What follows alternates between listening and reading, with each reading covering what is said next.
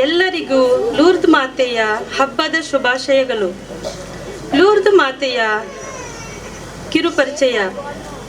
ಆತ್ಮೀಯರೇ, ಇಂದು ವಿಶ್ವದಾದ್ಯಂತ ಲಕ್ಷಾಂತರ ಜನರ ಹೃದಯದಲ್ಲಿ ಅಳಿಸಲಾಗದ ಛಾಪು ಮೂಡಿಸಿದ ನಮ್ಮ ಲೂರ್ದ್ ಮಾತೆಯ ಹಬ್ಬವನ್ನು ಆಚರಿಸುತ್ತಿರುವ ಸುದಿನವಿದು.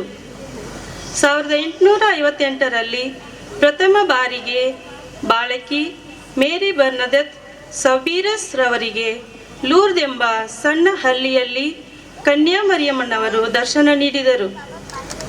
ಅಸ್ತಮ ಕಾಯಿಲೆಯಿಂದ ನರಳುತ್ತಿದ್ದ 14 ವರ್ಷದ ಬಾಲಕಿ ಬರ್ನದೆತ್ ರವರು ತಮ್ಮ ದೈನಂದಿನ ಕೆಲಸವಾದ ಕಟ್ಟಿಗೆ ಆರಿಸುವಲ್ಲಿ ಮಗ್ನರಾಗಿದ್ದಾಗ ಪಕ್ಕದಲ್ಲಿ ಇದ್ದಂಥ ಗುಹೆಯಿಂದ ಬೆರಗು ಮೂಡಿಸುವ ಪಿಸುಗಾಳಿ ಮತ್ತು ಶಬ್ದವನ್ನು ಗಮನಿಸಿದರು. ಆಶ್ಚರ್ಯದಿಂದ ಗುಹೆಯ ಕಡೆಗೆ ನೋಡಿದಾಗ ಅಲ್ಲಿ ಪ್ರಕಾಶಮಾನವಾದ ಸುವರ್ಣ ಕಿರಣಗಳಿಂದ ಹೊಳೆಯುತ್ತಿರುವ ಸುಂದರ ಮಹಿಳೆಯೊಬ್ಬರನ್ನು ನೋಡಿದರು. ಫೆಬ್ರವರಿ 11ರಿಂದ ಜುಲೈ 16ರವರೆಗೆ ಆ ಮಹಿಳೆಯು 18 ಬಾರಿ ದರ್ಶನ ನೀಡಿ ತನ್ನನ್ನೇ ಪ್ರಕಟಿಸುತ್ತಾ ನಾನು ಅಮಲೋದ್ಭವಿ ಎಂದರು. ಈ ದರ್ಶನವು ಬಾಲಕಿ ಬರ್ನದೆತ್ ರವರನ್ನು ಅವರ ಕಾಯಿಲೆಯಿಂದ ಗುಣಪಡಿಸುವುದಲ್ಲದೆ ಪ್ರಾರ್ಥನೆ, ಪಶ್ಚಾತ್ತಾಪದ ಸಂದೇಶವನ್ನು ಹೊತ್ತು ತಂದಿತು. ಕನ್ಯಾಮರಿಯಮ್ಮನವರ ನಿರ್ದೇಶನದಂತೆ ಬಾಲಕಿ ಬರ್ನದೆತ್ ರವರು ಆ ನೆಲದ ಮಣ್ಣನ್ನು ತೆಗೆದಾಗ ನೀರಿನ ಬುಗ್ಗೆಯೊಂದು ಚಿಮ್ಮಿತು. ಆ ನೀರು ರೋಗಗಳನ್ನು ಗುಣಪಡಿಸುವ ತೊರೆಯಾಗಿ ಅದು ಹರಿಯಿತು. ಅಂದಿನಿಂದ ಇಂದಿನ ತನಕ ಆ ಸ್ಥಳವು ಲಕ್ಷಾಂತರ ಭಕ್ತಾದಿಗಳಿಗೆ ರೋಗ ಸೌಖ್ಯ ನೀಡುತ್ತಾ ಒಂದು ಪುಣ್ಯಕ್ಷೇತ್ರವಾಗಿ ಪರಿವರ್ತನೆಗೊಂಡಿದೆ. ವಿಶ್ವಗುರು 13ನೇ ಲಿಯೋ ಅವರು ಫೆಬ್ರವರಿ 11ರಂದು ಲೂರ್ದ್ ಮಾತೆಯ ಹಬ್ಬವನ್ನು ಆಚರಿಸಲು ಅಧಿಕೃತ ಸಮ್ಮತಿ ನೀಡಿದರು. ಈ ಬಲಿಪೂಜೆಯಲ್ಲಿ ಭಾಗವಹಿಸುವ ನಾವೆಲ್ಲರೂ ಜಗತ್ತನ್ನು ಬೆಳಗಿಸುವ ಬೆಳಕಿನಿಂದ ಪರಸ್ಪರ ದಯೆ ಮತ್ತು ಗೌರವ, ರೋಗಿಗಳ ಶುಶ್ರೂಷಣೆ, ರೋಗಿಗಳಿಗಾಗಿ ಪ್ರಾರ್ಥಿಸುವುದು ಇದು ನಮ್ಮೆಲ್ಲರ ಸೌಭಾಗ್ಯವೇ ಎಂದು ತಿಳಿದು ಲೂರ್ದ್ ಮಾತೆಯ ಪಾಲನೆಯಲ್ಲಿ ಮುನ್ನಡೆಯೋಣ. ಈ ನಮ್ಮ ಶಾಲೆಯಲ್ಲಿ ಓದುತ್ತಿರುವಂಥ ವಿದ್ಯಾರ್ಥಿಗಳು, ಪೋಷಕರು ಮತ್ತು ಸಿಬ್ಬಂದಿ ವರ್ಗದವರಿಗಾಗಿ ಬೇಡುತ್ತಾ ಭಕ್ತಿಯಿಂದ ಈ ಬಲಿಪೂಜೆಯಲ್ಲಿ ಭಾಗವಹಿಸೋಣ.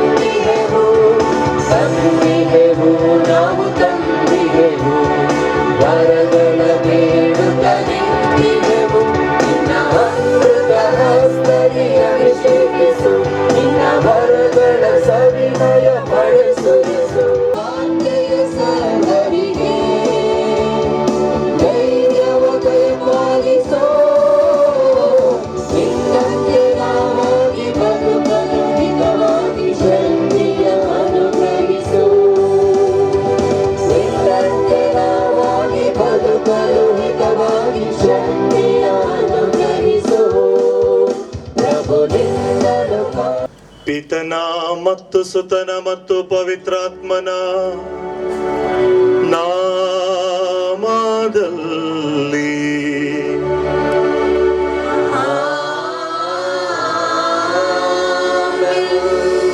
ನಮ್ಮ ಪ್ರಭು ಯೇಸು ಕ್ರಿಸ್ತರ ಕೃಪಾವರವು, ದೇವರ ಪ್ರೀತಿಯು, ಪವಿತ್ರಾತ್ಮರ ಅನ್ಯೋನ್ಯತೆಯು ನಿಮ್ಮೆಲ್ಲರೊಡನೆ ಇರಲಿ.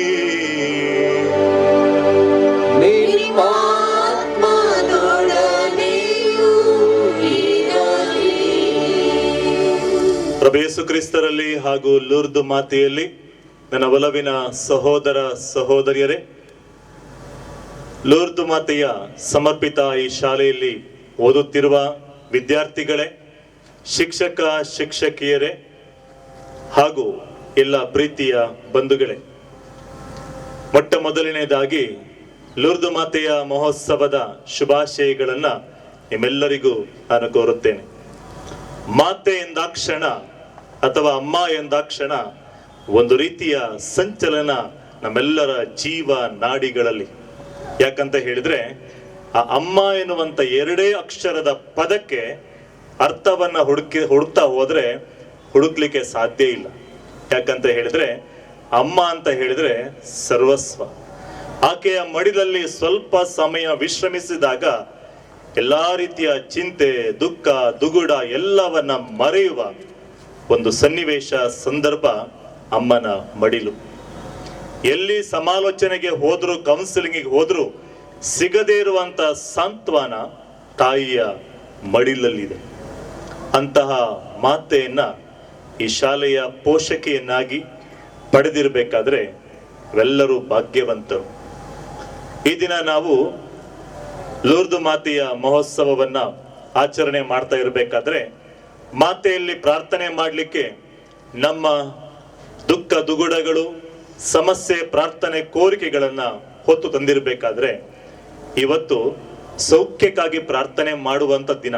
ಅಂದ್ರೆ ನಾಳೆ ನಾವು ಇವತ್ತು ಆಚರಣೆ ಮಾಡ್ತಾ ಇದ್ದೀವಿ, ಸೌಖ್ಯಕ್ಕಾಗಿ ಪ್ರಾರ್ಥಿಸುವಂತ ದಿನವೂ ಹೌದು. ಹಿಂದೊಂದು ಕಾಲದಲ್ಲಿ ನಾವೆಲ್ಲರೂ ದೈಹಿಕ ಆರೋಗ್ಯಕ್ಕಾಗಿ ತುಂಬಾ ಪ್ರಾರ್ಥನೆ ಮಾಡ್ತಾ ಇದ್ವಿ. ಇವತ್ತಿನ ಪ್ರಪಂಚದಲ್ಲಿ ತುಂಬಾ ಜನ ಹೇಳಲಿಕ್ಕೆ ಆಗದೆ ಇರುವಂತ ಒಂಟಿತನ ಎಂಬ ರೋಗದಲ್ಲಿ ಕಷ್ಟಪಡ್ತಾ ಇದ್ದಾರೆ. ಡಿಪ್ರೆಷನ್ ಅನ್ನುವಂತ ರೋಗದಲ್ಲಿ ಕಷ್ಟಪಡ್ತಾ ಇದ್ದಾರೆ. ಈ ದಿನ ಮಾತೆಯಲ್ಲಿ ನಮ್ಮೆಲ್ಲ ಚಿಂತೆ, ದುಃಖ, ದುಗುಡಗಳನ್ನು ಅರ್ಪಿಸಿ ಪ್ರಾರ್ಥನೆ ಮಾಡಬೇಕಾದ್ರೆ ನಮ್ಮ ವೈಯಕ್ತಿಕ ಜೀವನದಲ್ಲಿ ಕಾಣುವಂತ ಒಂಟಿತನವನ್ನು ಅರ್ಪಿಸಿಕೊಡುತ್ತಾ ಪ್ರಾರ್ಥಿಸೋಣ. ಮಾತೆ ನಮ್ಮೆಲ್ಲರಿಗಾಗಿ ಪ್ರಾರ್ಥನೆ ಮಾಡಲಿ, ಭರವಸೆಯಿಂದ ತುಂಬಲಿ. ನಮ್ಮೆಲ್ಲರ ಜೀವನಕ್ಕೆ ಭರವಸೆಯ ಕಿರಣ ಮಾತೆಯ ಮಧ್ಯಸ್ಥಿಕೆಯಲ್ಲಿ ನಾವೆಲ್ಲರೂ ಪಡೆಯುವಂತೆ ಈ ದಿವ್ಯ ಬಲಿಪೂಜೆಯ ಸಮಯದಲ್ಲಿ ಪ್ರಾರ್ಥಿಸೋಣ. ನಮ್ಮ ಕಡಿಮೆತನವನ್ನ ದೇವರ ಮುಂದೆ ಒಪ್ಪಿಕೊಳ್ಳುತ್ತಾ ಪಶ್ಚಾತ್ತಾಪ ಪೂರಿತರಾಗಿ ನಾವೀಗ ಪ್ರಾರ್ಥಿಸೋಣ. ಸರ್ವಶಕ್ತ ದೇವರಿಗೂ, ಸಹೋದರ ಸಹೋದರಿಯರೇ, ನಿಮಗೂ ಯೋಚನೆಯಿಂದಲೂ, ನುಡಿಯಿಂದಲೂ, ನಡತೆಯಿಂದಲೂ, ಕರ್ತವ್ಯ ಲೋಪದಿಂದಲೂ ನಾನು ಅನೇಕ ಪಾಪಗಳನ್ನು ಮಾಡಿದ್ದೇನೆಂದು ನಿವೇದಿಸುತ್ತೇನೆ. ನನ್ನ ಪಾಪವೇ, ನನ್ನ ಪಾಪವೇ, ನನ್ನ ಮಹಾಪಾಪವೇ. ಆದುದರಿಂದ ಸದಾ ಕನ್ನಿಕೆಯಾದ ಸಂತ ಮರಿಯಮ್ಮನವರನ್ನು, ಸಕಲ ದೇವದೂತರನ್ನು, ಸಂತರನ್ನು, ಸಹೋದರ ಸಹೋದರಿಯರೇ, ನಿಮ್ಮನ್ನು, ನನಗಾಗಿ ನಮ್ಮ ಪ್ರಭು ದೇವರನ್ನು ಪ್ರಾರ್ಥಿಸಬೇಕೆಂದು ಬೇಡಿಕೊಳ್ಳುತ್ತೇನೆ. ಸರ್ವಶಕ್ತ ದೇವರು ನಮಗೆ ದಯೆ ತೋರಿಸಿ ನಮ್ಮ ಪಾಪಗಳನ್ನು ಕ್ಷಮಿಸಿ ನಮ್ಮನ್ನು ನಿತ್ಯ ಜೀವಕ್ಕೆ ಕರೆದೊಯ್ಯಲಿ.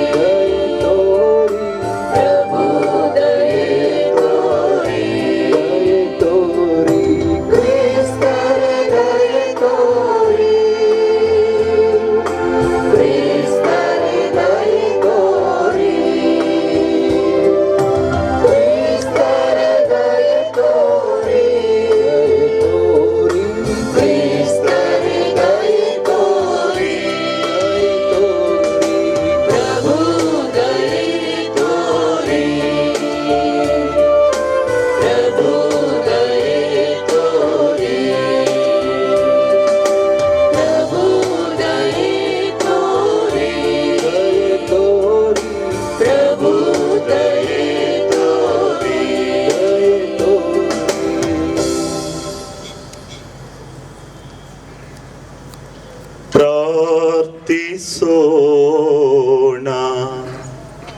ಮೌನದಲ್ಲಿಯೇ ನಮ್ಮೆಲ್ಲ ಅಭಿಪ್ರಾಯಗಳನ್ನು, ವಿಶೇಷವಾಗಿ ನಮ್ಮ ಕುಟುಂಬಗಳಲ್ಲಿ ಅಸ್ವಸ್ಥರಾಗಿರುವ, ನಮ್ಮ ಧರ್ಮ ಕೇಂದ್ರದಲ್ಲಿ ಅಸ್ವಸ್ಥರಾಗಿರುವ ನಮ್ಮ ಕುಟುಂಬದ ಎಲ್ಲ ಸದಸ್ಯರನ್ನು ಅರ್ಪಿಸಿಕೊಡುತ್ತಾ ಮೌನದಲ್ಲಿಯೇ ಪ್ರಾರ್ಥಿಸೋಣ. ದಯಾಮಯ ದೇವರೇ, ನಮ್ಮ ಬಲಹೀನತೆಯಲ್ಲಿ ನಮಗೆ ಸಂರಕ್ಷಣೆಯನ್ನು ಅನುಗ್ರಹಿಸಿರಿ. ನಿಷ್ಕಳಂಕ ದೇವ ಮಾತೆಯ ಸ್ಮರಣೆಯನ್ನು ಆಚರಿಸುತ್ತಿರುವ ನಾವು ಆಕೆಯ ಭಿನ್ನಹಗಳ ನೆರವಿನಿಂದ ನಮ್ಮ ದುಷ್ಟತನಗಳಿಂದ ಹೊರಬರುವಂತೆ ಮಾಡಿರಿ. ನಿಮ್ಮೊಂದಿಗೆ ಪವಿತ್ರಾತ್ಮರ ಐಕ್ಯದಲ್ಲಿ ದೇವರಾಗಿ ಯುಗ ಯುಗಾಂತರಕ್ಕೂ ಜೀವಿಸಿ ಆಳುವ ನಮ್ಮ ಪ್ರಭು ನಿಮ್ಮ ಪುತ್ರರೂ ಆಗಿರುವ ಯೇಸು ಕ್ರಿಸ್ತರ ಮುಖಾಂತರ ನಿಮ್ಮನ್ನು ಪ್ರಾರ್ಥಿಸುತ್ತೇವೆ.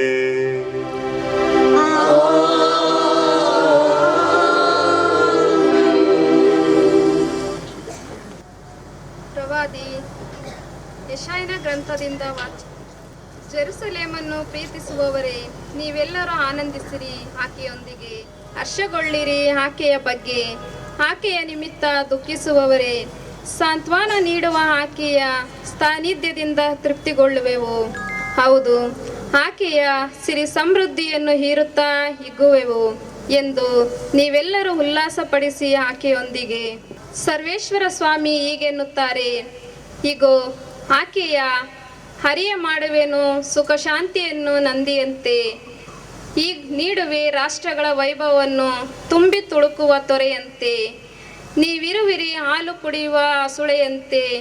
ಎತ್ತಿಕೊಳ್ಳಲಾಗುವುದು ನಿನ್ನನ್ನು ತಾಯಿಯ ಕಂಕುಳಲ್ಲಿ, ನಲಿದಾಡುವಿರು ನೀವು ಆಕೆಯ ಮಡಿಲಲ್ಲಿ. ನಾನೇ ನಿಮ್ಮನ್ನು ಸಂತೈಸುವೆನು, ತಾಯಿಯಂತೆ ಸಾಂತ್ವನ ದೊರಕುವುದು ನಿಮಗೆ ಜೆರುಸಲೇಮಿನಲ್ಲಿ. ಇದನ್ನು ಕಂಡಾಗ ನಿಮ್ಮದೇ ಸಂತಸದಿಂದ ಉಬ್ಬುವುದು, ಚಿಗುರುವುದು ಹಸಿ ಹುಲ್ಲಂತೆ ನಿನ್ನೆಲುಬು. ಸರ್ವೇಶ್ವರ ಕೃಪಾಹಸ್ತ ತನ್ನ ಭಕ್ತರ ಮೇಲೆ, ಆತನ ರೂಪವೇಶ ಶತ್ರುಗಳ ಮೇಲೆ ಎಂಬುದು ವ್ಯಕ್ತಿತ್ವವಾಗುವುದು ನಿಮಗೆ. ಪ್ರಭುವಿನ ವಾಕ್ಯ. ದೇವರಿಗೆ ಧನ್ಯತೆ ಸಲ್ಲಲಿ.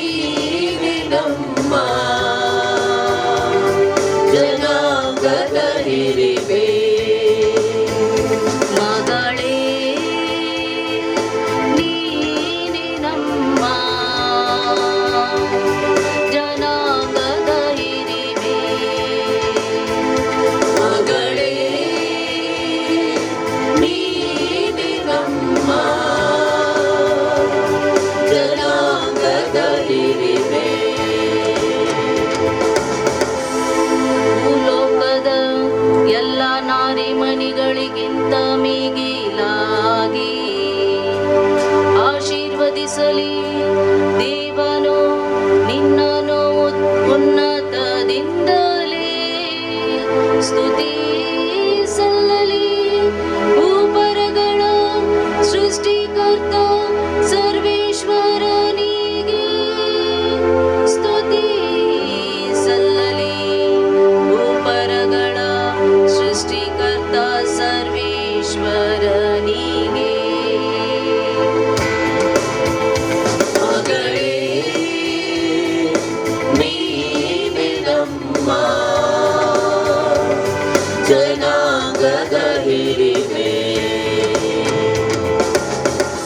ಸದಾ ಸ್ಮರಿಸಿಕೊಳ್ಳುವರು ಜನರು ದೇವರ ಶಕ್ತಿ ಸಾಮರ್ಥ್ಯವನು. ಮರೆಯವು ಮಾನವರುನ್ಮನಗಳು ನೀ ತೋರಿದ ಶ್ರದ್ಧೆಯನು. ಲಭಿಸಲಿ ನಿನಗೆ ಕೃಪಾವರಗಳು, ಸಲ್ಲಲಿ ಘನತೆ ಗೌರವಗಳು. ಇದನ್ನು ದಯಪಾಲಿಸಲಿ ಆ ದೇವನು. ಮಗಳೇ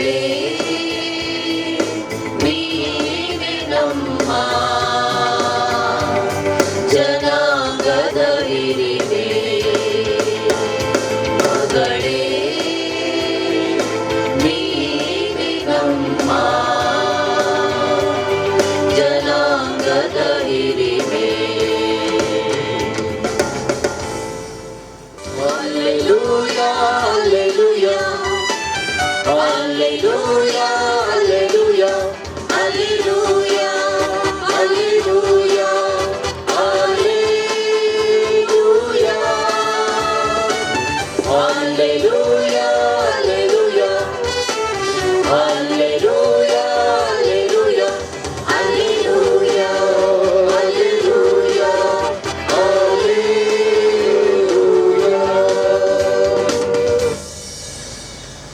ಪ್ರಭು ನಿಮ್ಮೊಡನೆ ಇರಲಿ. ನಿಮ್ಮಾತ್ಮದೊಡನೆಯೂ ಇರಲಿ. ಯೋಹಾನನು ಬರೆದ ಪವಿತ್ರ ಶುಭ ಸಂದೇಶದಿಂದ ವಾಚನ. ಪ್ರಭು ನಿಮಗೆ ಮಹಿಮೆ ಸಲ್ಲಲಿ.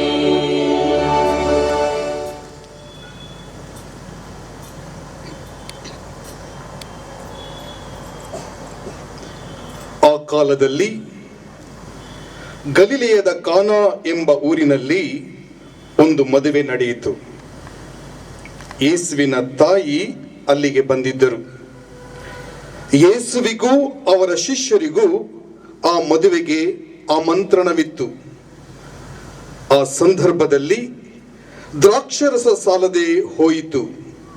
ಆಗ ಯೇಸುವಿನ ತಾಯಿ, ಅವರಲ್ಲಿ ದ್ರಾಕ್ಷಾರಸ ಮುಗಿದು ಹೋಗಿದೆ ಎಂದು ಯೇಸುವಿಗೆ ಹೇಳಿದರು. ಅದಕ್ಕೆ ಯೇಸು, ಅಮ್ಮ, ಇದನ್ನು ನನಗೇಕೆ ಹೇಳುತ್ತೀ? ನನ್ನ ಗಳಿಗೆ ಇನ್ನೂ ಬಂದಿಲ್ಲ ಎಂದು ಉತ್ತರ ಕೊಟ್ಟರು. ತಾಯಿ ಸೇವಕರಿಗೆ ಆತ ಹೇಳಿದಂತೆಯೇ ಮಾಡಿ ಎಂದು ತಿಳಿಸಿದರು. ಯೆಹೂದ್ಯರ ಶುದ್ಧಾಚಾರ ಪದ್ಧತಿಯಂತೆ 6 ಕಲ್ಲು ಬಾನೆಗಳನ್ನು ಅಲ್ಲಿ ಇಟ್ಟಿದ್ದರು. ಅವು ಒಂದೊಂದು 2-3 ಕೊಡ ನೀರು ಹಿಡಿಯುವಷ್ಟು ದೊಡ್ಡದಾಗಿದ್ದವು.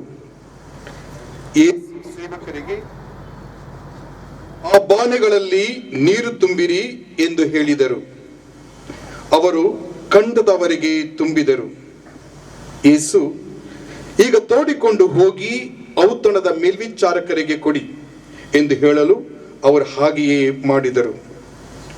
ಮೇಲ್ವಿಚಾರಕನು ದ್ರಾಕ್ಷರಸವಾಗಿ ಮಾರ್ಪಟ್ಟಿದ್ದ ನೀರಿನ ರುಚಿ ನೋಡಿದನು. ಅದು ಎಲ್ಲಿಂದ ಬಂದಿತೆಂಬುದು ಅವನಿಗೆ ತಿಳಿದಿರಲಿಲ್ಲ. ನೀರನ್ನು ತೋಡಿಕೊಂಡು ಬಂದ ಸೇವಕರಿಗೆ ಮಾತ್ರ ಅದು ತಿಳಿದಿತ್ತು. ಆದುದರಿಂದ ಅವನು ಮದುಮಗನನ್ನು ಕರೆದು, ಜನರೆಲ್ಲರೂ ಉತ್ತಮವಾದ ದ್ರಾಕ್ಷರಸವನ್ನು ಮೊದಲು ಹಂಚುತ್ತಾರೆ. ಅತಿಥಿಗಳು ಯಥೇಚ್ಛವಾಗಿ ಕುಡಿದಾದ ಮೇಲೆ ಸಾಧಾರಣ ದ್ರಾಕ್ಷರಸವನ್ನು ಕೊಡುತ್ತಾರೆ. ನೀನಾದರೂ ಉತ್ತಮವಾದದ್ದನ್ನು ಈವರೆಗೆ ಇಟ್ಟಿದ್ದೀಯಲ್ಲ ಎಂದು ಹೇಳಿದನು. ಯೇಸು ಮಾಡಿದ ಮೊದಲನೆಯ ಸೂಚಕ ಕಾರ್ಯ ಇದು. ಇದನ್ನು ಗಲಿಲೆಯ ನಾಡಿನ ಕಾನಾ ಊರಿನಲ್ಲಿ ಮಾಡಿ ತಮ್ಮ ಮಹಿಮೆಯನ್ನ ಅವರು ತೋರ್ಪಡಿಸಿದರು. ಅವರ ಶಿಷ್ಯರಿಗೂ ಅವರಲ್ಲಿ ವಿಶ್ವಾಸ ಹುಟ್ಟಿತು. ಪ್ರಭುವಿನ ಶುಭ ಸಂದೇಶ. ಕ್ರಿಸ್ತನೇ ನಿಮಗೆ ಸ್ತುತಿ ಸಲ್ಲಲಿ. ಲೂರ್ದು ಮಾತೆಯ ಜೀವನ, ಭರವಸೆಯ ಬಾಳಿಗೆ ಆಶಾ ಕಿರಣ. ಲೂರ್ದು ಮಾತೆಯಲ್ಲಿ ಹಾಗೂ ಪ್ರಭು ಯೇಸು ಕ್ರಿಸ್ತರಲ್ಲಿ ನನ್ನ ಒಲವಿನ ಸಹೋದರ ಸಹೋದರಿಯರೇ, ಮಧ್ಯ ಮಧ್ಯ ಮಾತಾಡ್ತಿರುವಂತ ಪ್ರೀತಿಯ ಮಕ್ಕಳೇ, ಹಾಗೂ ಶಿಕ್ಷಕ ಶಿಕ್ಷಕಿಯರೇ, ಹಾಗೂ ಎಲ್ಲ ಭಕ್ತಾದಿಗಳೇ, ರೋಮನ್ನರಿಗೆ ಬರೆದ ಪತ್ರ 5ನೇ ಅಧ್ಯಾಯ ವಾಕ್ಯ 5. ರೋಮನ್ನರಿಗೆ ಬರೆದ ಪತ್ರ 5ನೇ ಅಧ್ಯಾಯ ವಾಕ್ಯ 5ರಲ್ಲಿ ಸಂತ ಪೌಲರು ರೋಮನ್ನರಿಗೆ ಬರೆಯುತ್ತಾ ಹೀಗೆ ಹೇಳುತ್ತಾರೆ: ಈ ನಂಬಿಕೆ ನಿರೀಕ್ಷೆ ನಮಗಿರುವುದರಿಂದ ನಮಗೆ ಆಶಾಭಂಗವಾಗುವುದಿಲ್ಲ. ಈ ನಂಬಿಕೆ ನಿರೀಕ್ಷೆ ನಮಗಿರುವುದರಿಂದ ನಮಗೆ ಆಶಾಭಂಗವಾಗುವುದಿಲ್ಲ. ಏಕೆಂದರೆ ನಮಗೆ ದಾನವಾಗಿ ದಯಪಾಲಿಸಿರುವ ಪವಿತ್ರಾತ್ಮ ಅವರ ಮುಖಾಂತರ ದೇವರು ತಮ್ಮ ಪ್ರೀತಿಯನ್ನು ನಮ್ಮ ಹೃದಯಗಳಲ್ಲಿ ಧಾರಾಳವಾಗಿ ಸುರಿಸಿದ್ದಾರೆ. ಪ್ರೀತಿಯ ಸಹೋದರ ಸಹೋದರಿಯರೇ, ಭರವಸೆ ನಮ್ಮನ್ನ ನಿರಾಶರನ್ನಾಗಿಸುವುದಿಲ್ಲ. ಭರವಸೆ ನಮ್ಮನ್ನ ನಿರಾಶರನ್ನಾಗಿಸುವುದಿಲ್ಲ. ಈ ನಮ್ಮ ಜೀವನ ಯಾತ್ರೆಯಲ್ಲಿ ಮಾತೆ ನಮ್ಮೊಂದಿಗಿದ್ದರೆ ಮಾತೆ ನಮ್ಮನ್ನು ಎಂದಿಗೂ ಕೈ ಬಿಡುವುದಿಲ್ಲ. ಏಕೆಂದರೆ ಅವರು ಲೂರ್ದು ಮಾತೆ ಮಾತ್ರ ಅಲ್ಲ, ನಿತ್ಯ ಸಹಾಯ ಮಾತೆ, ಅಂದ್ರೆ ಯಾವಾಗ್ಲೂ ಸಹಾಯ ಮಾಡುವ ಮಾತೆ.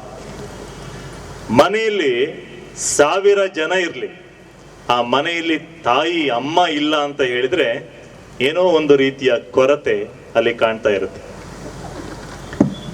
ಪ್ರಪಂಚದಲ್ಲಿ ಎಷ್ಟೋ ಕವಿಗಳು, ಲೇಖಕರು ಹಲವಾರು ಕವಿತೆಗಳನ್ನ, ಕವನಗಳನ್ನ, ಲೇಖನಗಳನ್ನ, ಪ್ರಬಂಧಗಳನ್ನ ಬರೆದಿದ್ದಾರೆ ತಾಯಿ ಅಮ್ಮ ಎನ್ನುವಂತ 2 ಅಕ್ಷರಗಳ ಮೇಲೆ. ಆದ್ರೆ ಇದುವರೆಗೆ ಯಾರಿಗೂ ಅಮ್ಮ ಅಂತ ಹೇಳಿದ್ರೆ ಏನು ಅಂತ ಡೆಫಿನೇಷನ್ ಕೊಡ್ಲಿಕ್ಕೆ ಸಾಧ್ಯ ಆಗ್ಲಿಲ್ಲ.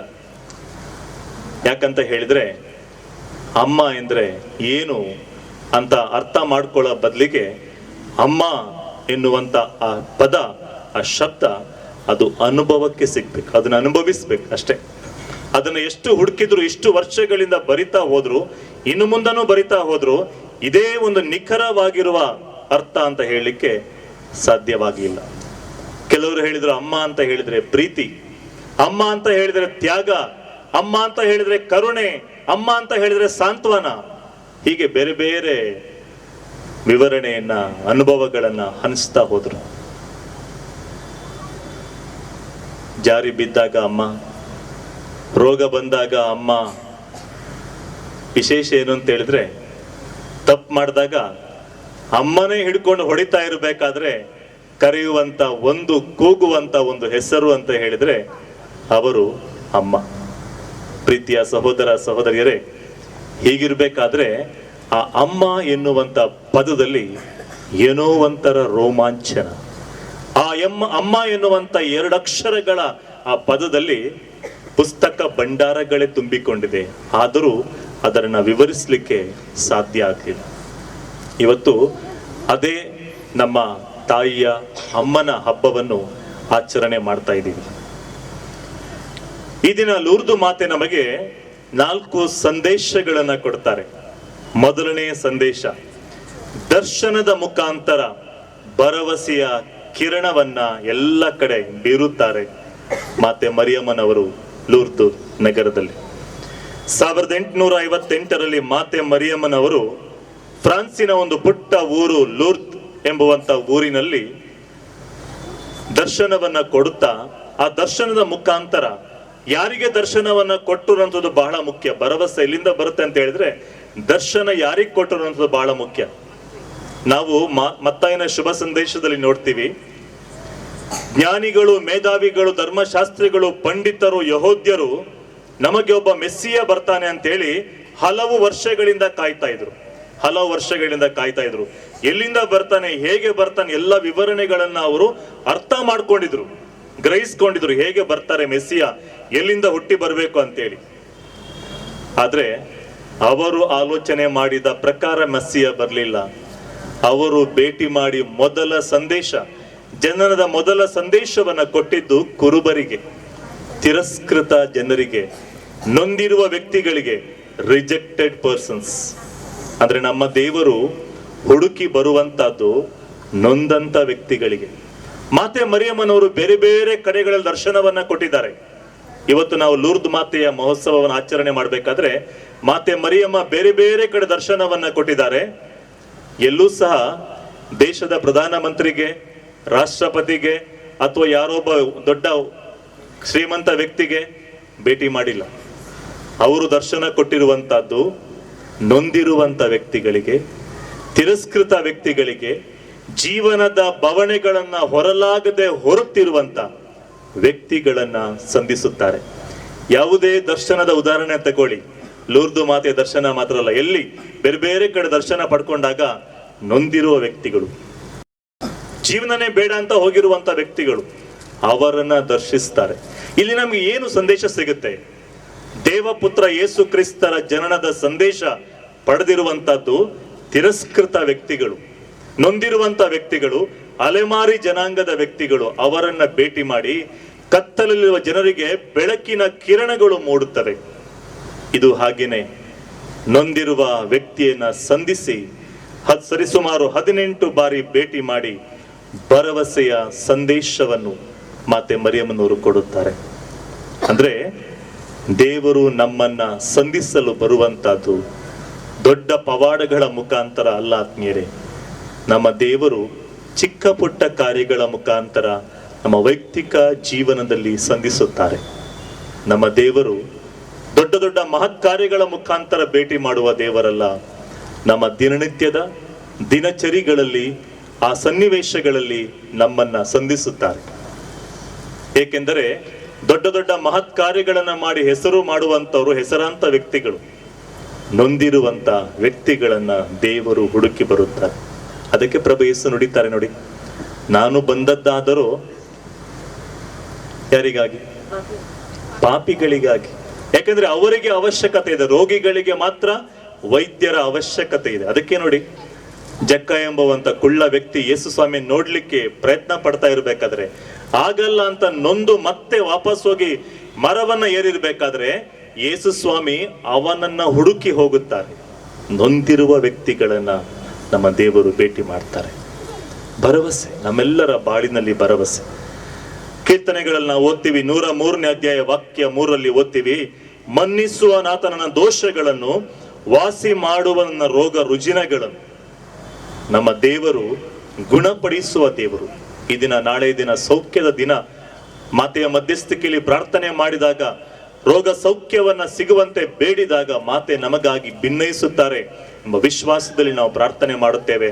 ಮಾತೆಯ ಗವಿಯ ಮುಂದೆ ಹೋಗಿ ಲೂರ್ದು ಮಾತೆಯ ಮಧ್ಯಸ್ಥಿಕೆಯಲ್ಲಿ ಬೇಡುತ್ತೇವೆ. ಅದಕ್ಕೆ ಮನ್ನಿಸುವನಾತ ನನ್ನ ದೋಷಗಳನ್ನು ವಾಸಿ ಮಾಡುವನು ನಮ್ಮೆಲ್ಲರ ರೋಗ ರುಜಿನಗಳು. ಕೀರ್ತನೆ 103 ವಾಕ್ಯ 9 ಹೇಳುತ್ತೆ, ಆತನು ಸದಾ ತಪ್ಪು ಹುಡುಕುವವನಲ್ಲ, ನಿತ್ಯಕ್ಕೂ ಕೋಪ ಇಟ್ಟುಕೊಳ್ಳುವವನಲ್ಲ. ನಮ್ಮ ದೇವರು ಮನುಷ್ಯರಲ್ಲಿ ತಪ್ಪನ್ನ ಹುಡುಕ್ತಾ ಹೋಗಲ್ಲ. ತಪ್ಪನ್ನ ಹುಡುಕುವವರು ಯಾರು ಅಂತ ಹೇಳಿದ್ರೆ ನಾನು ಮತ್ತೆ ನೀವು. ನಮಗೆ ತಪ್ಪುಗಳೇ ಇಂಪಾರ್ಟೆಂಟ್, ನಮ್ಮ ದೇವರಿಗೆ ತಪ್ಪುಗಳು ಇಂಪಾರ್ಟೆಂಟ್ ಅಲ್ಲ, ಮುಖ್ಯ ಅಲ್ಲ. ನಮ್ಮ ದೇವರಿಗೆ ಒಪ್ಪುಗಳು ಇಂಪಾರ್ಟೆಂಟ್. ಯಾವುದು ಒಪ್ಕೊಳ್ಳಿಕ್ಕೆ ಸಾಧ್ಯ ಅದು ಇಂಪಾರ್ಟೆಂಟ್. ಅಂದ್ರೆ ನಮ್ಮ ದೇವರು ಬರೀ ನಮ್ಮ ತಪ್ಪುಗಳನ್ನು ಹುಡುಕ್ತಾ ಹೋಗ್ಬಿಟ್ಟಿದ್ರೆ ಇವತ್ತು ನಾನು ಇರ್ತಾ ಇರ್ಲಿಲ್ಲ, ನೀವು ಯಾರು ಇರ್ತಾ ಇರ್ಲಿಲ್ಲ ಆತ್ಮೀಯರೇ. ನಮ್ಮ ದೇವರು ಯಾವುದು ಸ್ವೀಕಾರ ಮಾಡ್ಲಿಕ್ಕೆ ಸಾಧ್ಯ ಅದನ್ನ ಒಪ್ಪಿಕೊಳ್ತಾರೆ.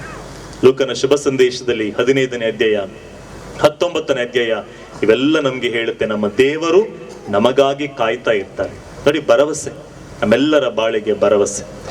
ಪೂರ್ವಕಾಲ ಇತಿಹಾಸದಲ್ಲಿ 2ನೇ ಪೂರ್ವಕಾಲ ಇತಿಹಾಸ 7ನೇ ಅಧ್ಯಾಯ ವಾಕ್ಯ 14ರಲ್ಲಿ, ನನ್ನವರೆಂದು ಹೆಸರುಗೊಂಡ ನನ್ನ ಪ್ರಜೆಗಳು ತಮ್ಮನ್ನೇ ತಗ್ಗಿಸಿಕೊಂಡು ನನ್ನನ್ನು ಪ್ರಾರ್ಥಿಸಿ ನನ್ನ ದರ್ಶನವನ್ನು ಬಯಸುವುದಾದರೆ ನಾನು ಪರಲೋಕವನ್ನು ತೆರೆದು ಅವರ ಪಾಪಗಳನ್ನು ಕ್ಷಮಿಸಿ ಅವರನ್ನ ಗುಣಪಡಿಸುವೆನು, ಆಶೀರ್ವದಿಸುವೆನು. ಅದೇ ಲೂರ್ದು ನಗರದಲ್ಲಿ ನಡೀತಿರುವಂತ ಪವಾಡ. ಮಾತೆ ಮರಿಯಮ್ಮನವರ ದರ್ಶನದ ಮುಖಾಂತರ ಮಾತೆ ನಮಗಾಗಿ ಭಿನ್ನಯಿಸಿ ದೇವರಲ್ಲಿ ವರಗಳನ್ನ ಬೇಡಿಕೊಡುತ್ತಾರೆ ಅನ್ನೋದಕ್ಕೆ ಅದೇ ಒಂದು ಸಾಕ್ಷಿ. ಅದೊಂದು ಪುಟ್ಟ ಧರ್ಮ ಕೇಂದ್ರ. ಅಲ್ಲಿ ಜನಸಂಖ್ಯೆ ಸ್ವಲ್ಪ ಕಡಿಮೆ. ಆ ದಿನ ದಿವ್ಯ ಬಲಿಪೂಜೆಗೆ ಬಂದಿರುವಂತವರು, ನಾನು ಆ ದಿವ್ಯ ಬಲಿಪೂಜೆಗೆ ಅಲ್ಲಿ ಹೋಗಿದ್ದೆ. ಗುರುಗಳು ಬಲಿಪೂಜೆಯ ಮುಂಚೆ ನನಗೆ ಹೇಳ್ತಾ ಇದ್ರು, ತಮ್ಮ ಜನರ ಬಗ್ಗೆ ಹೇಳ್ತಾ ಇದ್ರು. ಏನಂತ ಹೇಳಿದ್ರೆ, ನಂದು ಪುಟ್ಟ ಧರ್ಮ ಕೇಂದ್ರ, ಆದ್ರೆ ಸುತ್ತಮುತ್ತಲ ದೊಡ್ಡ ಧರ್ಮ ಕೇಂದ್ರಗಳಿಗಿಂತ ಹೆಚ್ಚು ಕಾಣಿಕೆ ನಮ್ಮ ಧರ್ಮ ಕೇಂದ್ರದಲ್ಲೇ ಬರೋದು. ಮಿಷನ್ ಸಂಡೆ ಆಗಿರ್ಬೋದು, ಬೇರೆ ಸಂಡೆಗಳಾಗಿರ್ಬೋದು, ವ್ಯತ್ಯಾಸ ಇಲ್ಲ. ಉದಾರ ಮನಸ್ಸಿನ ವ್ಯಕ್ತಿಗಳೆಲ್ಲರೂ ನನ್ನ ಧರ್ಮ ಕೇಂದ್ರದಲ್ಲಿದ್ದಾರೆ. ಎರಡನೇದು, ಧರ್ಮ ಕೇಂದ್ರಕ್ಕೆ ಏನಾದ್ರೂ ಸಹಾಯ ಬೇಕು ತಕ್ಷಣ ಓಡಿ ಬರುವಂತವ್ರು ನನ್ನ ಭಕ್ತಾದಿಗಳು. ಎಂತ ಒಂದು ಶ್ರೇಷ್ಠ ಧರ್ಮ ಕೇಂದ್ರ ಇದು ಅಂತ ಅವರು ಧರ್ಮ ಕೇಂದ್ರದ ಭಕ್ತಾದಿಗಳ ಬಗ್ಗೆ ಹೆಮ್ಮೆಯಿಂದ ಹೇಳ್ತಾ ಇದ್ರು. ನನಗೂ ಅವರನ್ನ ಭೇಟಿ ಮಾಡಬೇಕು, ಮಾತಾಡಬೇಕು, ಏನು ಬದಲಾವಣೆ ಇಲ್ಲಿ ಅಂತ ಕೇಳಬೇಕು ಅಂತ ಆಸೆ ಇತ್ತು.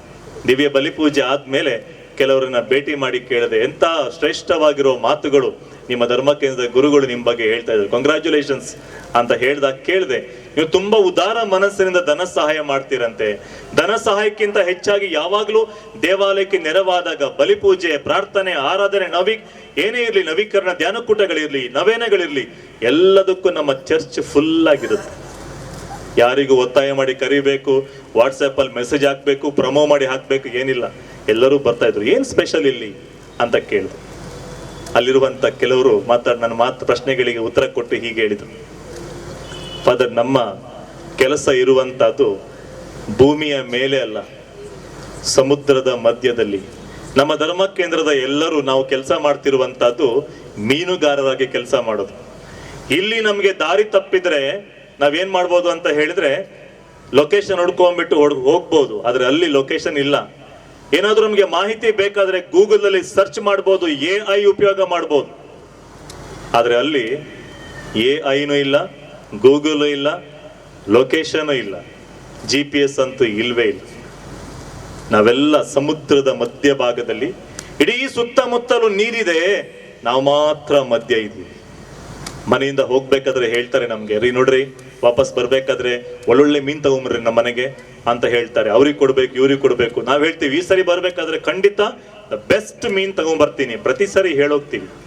ಮತ್ತೆ ಹೇಳ್ತಾರೆ ಈ ಸಾರಿ ಆದ್ರೂ ತುಂಬಾ ಮೀನ್ ಸಿಕ್ಕಿದ್ರೆ ಅದನ್ನ ಮಾರ್ಬಿಟ್ಟು ನಮ್ಮ ಮನೆ ಮೇಲ್ಚಾವಣಿ ರಿಪೇರಿ ಮಾಡ್ಬೇಕು, ತುಂಬಾ ಬೀಳೋ ತರ ಇದೆ, ಖಂಡಿತ ಈ ಸರಿ ರಿಪೇರಿ ಮಾಡೇ ಮಾಡ್ತೀವಿ ಅಂತ ಹೇಳಿ ಎಲ್ಲ ಭರವಸೆ ಕೊಟ್ಟು ಹೋಗ್ತೀವಿ. ವಾಪಸ್ ಬಂದ್ರೆ ಮಾತ್ರ ಅಲ್ಲ ರಿಪೇರಿ ಮಾಡೋದು, ವಾಪಸ್ ಬಂದ್ರೆ ಮಾತ್ರ ಅಲ್ಲ ಒಳ್ಳೆ ಮೀನುಗಳನ್ನ ಊಟ ಮಾಡಿ ತಿನ್ನೋದು. ಅಲ್ಲಿ ಏನು ಇಲ್ಲದೆ ಇರ್ಬೇಕಾದ್ರೆ ನಮ್ಮನ್ನ ಯಾರು ಕಾಪಾಡ್ತಾರೆ? ನಮ್ಮನ್ನ ಕಾಪಾಡುವವರು ಮೇಲೆ ಇದ್ದಾರೆ. ಅವರೇ ನಮ್ಮ GPS, ಅವರೇ ನಮ್ಮ ಗೂಗಲ್. ಅವರಿಗೆ ಮೊರೆ ಇಟ್ಟಾಗ ಇಷ್ಟು ವರ್ಷಗಳಿಂದ ಪಾರಂಪರಿಕವಾಗಿ ನಾವು ಇದೇ ಉದ್ಯೋಗದಲ್ಲಿದ್ದೇವೆ, ಇದುವರೆಗೆ ನಮ್ಗೆ ಏನು ತೊಂದರೆಗಳಾಗಿಲ್ಲ. ಯಾಕಂತ ಹೇಳಿದ್ರೆ ನಮ್ಮ 10ನೇ ಒಂದು ಭಾಗವನ್ನ ಪ್ರಾಮಾಣಿಕವಾಗಿ ಆ ದೇವರಿಗೆ ಕೊಡ್ತೀವಿ. ದೇವರಿಗಾಗಿ ಸಮರ್ಪಣೆ ಮಾಡಿದ ದಿನದಲ್ಲಿ ಪ್ರಾರ್ಥನೆ ವಿಧಿವಿಧಾನಗಳನ್ನ ಬಿಡೋದಿಲ್ಲ, ಯಾವಾಗ್ಲೂ ಬರ್ತೀವಿ, ಪ್ರಾರ್ಥನೆ ಮಾಡ್ತೀವಿ. ಯಾಕಂದ್ರೆ ನಮ್ಗೆ ಭರವಸೆ ಇರುವಂತಹದ್ದು ಮನುಷ್ಯನ ಶಕ್ತಿಯ ಮೇಲೆ ಅಲ್ಲ, ದೇವರ ಶಕ್ತಿಯ ಮೇಲೆ. ಯಾವಾಗ ನಾವು ದೇವರ ಶಕ್ತಿಯ ಮೇಲೆ ನಂಬಿಕೆ ಇಡ್ತೀವಿ ಅವಾಗ ನಮ್ಮನ್ನ ಕಾಪಾಡ್ತಾರೆ. ಅವರೇ ನಮ್ಮ GPS, ಅವರೇ ನಮ್ಮ ಲೊಕೇಶನ್. ನಮ್ಗೆ ಗೊತ್ತಿದೆ ಎಲ್ಲಿ ಪ್ರಾರ್ಥನೆ ಮಾಡ್ಬೇಕು ಅಂತ, ಅವರಲ್ಲಿ ಬೇಡ್ತೀವಿ.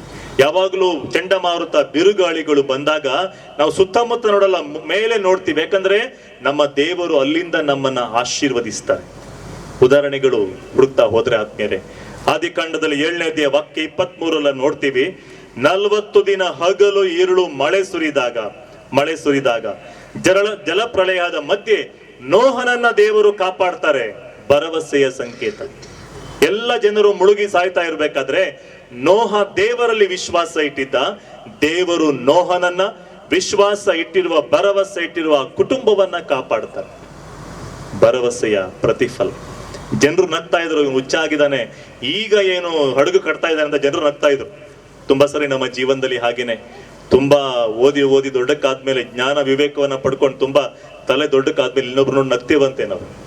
ಅದಕ್ಕೆ ಸಿರಾಕನ ಗ್ರಂಥದಲ್ಲಿ ದೇವರ ವಾಕ್ಯ ಹೇಳುತ್ತೆ, ಇಬ್ಬರ ಬಗ್ಗೆ ಹೇಳುತ್ತೆ. ಒಬ್ಬ ಏನ್ ಮಾಡ್ತಿದ್ದ ಅಂತ ಹೇಳಿದ್ರೆ ತನ್ನ ಜ್ಞಾನವನ್ನ ಉಪಯೋಗ ಮಾಡ್ಕೊಂಡು ತುಂಬಾ ದೊಡ್ಡ ಮಾತುಗಳನ್ನ ಆಡ್ಬಿಟ್ಟು ಎಲ್ಲ ಕೆಲಸವನ್ನ ಮಾಡ್ತಾ ಫುಲ್ ಬ್ಯುಸಿಯಲ್ಲಿ ಮಲಗ್ಲಿಕ್ಕೆ ಹೋಗ್ತಿದ್ದ. ಆದ್ರೆ ಕಣ್ಣು ಮುಚ್ಚಿದ್ರೆ ನಿದ್ದೆನೆ ಬರ್ತಿಲ್ಲ, ಯಾಕಂದ್ರೆ ಫುಲ್ ಟೆನ್ಷನ್. ಇನ್ನೊಬ್ಬ ಇದ್ನಂತೆ, ಅವನಿದ್ ಅಪ್ಪರ್ ಡಿಪಾರ್ಟ್ಮೆಂಟ್ ಅವ್ನು ಸ್ವಲ್ಪ ಲೋ ಇತ್ತು, ಅವನಿಗೆ ಏನ್ ಹೇಳಿದ್ದು ಅರ್ಥ ಆಗ್ತಿರ್ಲಿಲ್ಲ. ಅವ್ನು ಬೆಳಗ್ಗೆ ಹೇಳ್ತಿದ್ದ, ಅಲ್ಪ ಸ್ವಲ್ಪ ಕೆಲಸ ಮಾಡ್ತಿದ್ದ, ಹಾಗೆ ಆರಾಮ್ಸೆ ಮಲ್ಕೊಳ್ತಿದ್ದ. ಸಿರಾಕ ಹೇಳ್ತೇನೆ ಏನ್ ಗೊತ್ತಾ, ಇವನ ಕೆಲಸವನ್ನ ದೇವರೇ ಮಾಡ್ತಾ ಇದ್ರಂತೆ. ಯಾಕಂದ್ರೆ ಮ್ಯಾನುಫ್ಯಾಕ್ಚರಿಂಗ್ ಡಿಫಾಲ್ಟ್ ಅವರೇ ಸೃಷ್ಟಿ ಮಾಡಿದ್ದು, ಅವರೇ ಕೆಲಸವನ್ನ ಮಾಡಬೇಕು. Completely depending on God's providence. ದೇವರ ಪರಾಕ್ರಮ ಶಕ್ತಿಯಲ್ಲಿ ನಂಬಿಕೆ ಇಟ್ಟಿರುವಂತ. 2ನೇ ಉದಾಹರಣೆ ವಿಮೋಚನಾ ಕಾಂಡದಲ್ಲಿ 14ನೇ ಅಧ್ಯಾಯ ವಾಕ್ಯ 22ರಲ್ಲಿ ಸಮುದ್ರದ ಮಧ್ಯೆ ಒಣ ನೆಲವನ್ನ ಸೃಷ್ಟಿ ಮಾಡಿದವರು ಯಾರು? ಮನುಷ್ಯನ ಶಕ್ತಿ ಅಲ್ಲ, ದೇವರ ಶಕ್ತಿ. ಹಾಗಾದ್ರೆ ನಮ್ಮನ್ನ ಕಾಪಾಡುವವರು ಯಾರು? ದೇವರು. ಬಿರುಗಾಳಿಯ ಮಧ್ಯೆ ಭಯ ಪಡ್ತಿರುವ ಪೇತ್ರ ಮುಳುಗ್ತಾ ಇರ್ಬೇಕಾದ್ರೆ ಆತನಿಗೆ ಕೈಯನ್ನ ಕೊಟ್ಟು ಮೇಲಕ್ಕೆ ಎತ್ತಿರುವಂತವ್ರು ಯಾರು? ಭರವಸೆ ಕಿರಣವಾದವ್ರು ಯಾರು? ಪ್ರಭು ಯೇಸು ಕ್ರಿಸ್ತರು. ಅವರೇ ನಮ್ಮೆಲ್ಲರ ಭರವಸೆ. ಹೀಗಿರ್ಬೇಕಾದ್ರೆ ಫಾದರ್, ನಾವು ದೇವಾಲಯಕ್ಕೆ ಕೊಡದೆ ಮತ್ತೆಲ್ಲಿ ಕೊಡೋದು? ನಮ್ಮನ್ನ ಕಾಪಾಡುವ ಹಗಲಿರುಳು ನಮ್ಮನ್ನ ಕಾಯುವ ದೇವರು ನಮ್ಮ ದೇವರು. ಕೀರ್ತನೆ 121 ಓದ್ ನೋಡಿ. ಇಸ್ರಾಯೇಲರನ್ನ ಕಾಯುವ ದೇವರು ನಿದ್ರಿಸುವುದಿಲ್ಲ, ತೂಕಡಿಸುವುದಿಲ್ಲ, ಅವರು ಹಗಲಿರುಳು ನಮ್ಮನ್ನ ಕಾಪಾಡುತ್ತಾರೆ. ಭರವಸೆ ನಮ್ಮೆಲ್ಲರ ಬಾಳಿನಲ್ಲಿ. ಎಂತ ಅದ್ಭುತಕರವಾದ ಮಾತು ಆತ್ಮೀಯರೇ. ನಾವೆಲ್ಲರೂ ಇಲ್ಲಿ ಭೂಮಿ ಮೇಲೆ ಕೆಲಸ ಮಾಡ್ತಿರ್ಬೇಕಾದ್ರೆ, ಅವರು ಸಮುದ್ರದ ಮಧ್ಯೆ ಕೆಲಸ ಮಾಡ್ಬೇಕಾದ್ರೆ ದೇವರ ಪರಾಕ್ರಮ ಶಕ್ತಿಯಲ್ಲಿ, ಕಾಪಾಡುವ ದೇವರಲ್ಲಿ ಅವರು ದೃಷ್ಟಿಯನ್ನು ಇಡುತ್ತಾರೆ. ಅವರಲ್ಲೇ ಭರವಸೆ ಇಟ್ಟು ಮತ್ತೊಮ್ಮೆ ಮಗದೊಮ್ಮೆ ಪ್ರತಿ ಸಾರಿ ಸಮುದ್ರಕ್ಕೆ ಇಳಿಯುವಾಗ, ನೀರಿಗೆ ಇಳಿಯುವಾಗ ಆ ದೇವರಲ್ಲಿ ಮಾತ್ರ ನಮ್ಮ ಭರವಸೆ, ನಮ್ಮ ಶಕ್ತಿ, ನಮ್ಮ ಜ್ಞಾನ, ನಮ್ಮ ವಿವೇಕದಲ್ಲಿ ಅಲ್ಲ ಎಂದು ಹೇಳುತ್ತಾರೆ. ಅವತ್ತು ನನಗೆ ಗೊತ್ತಾಯಿತು ಯಾಕೆ ಅವರು ಉದಾರ ಮನಸ್ಸಿನಿಂದ ಕಾಣಿಕೆ ಕೊಡ್ತಾ ಇದ್ರು ಅಂತ.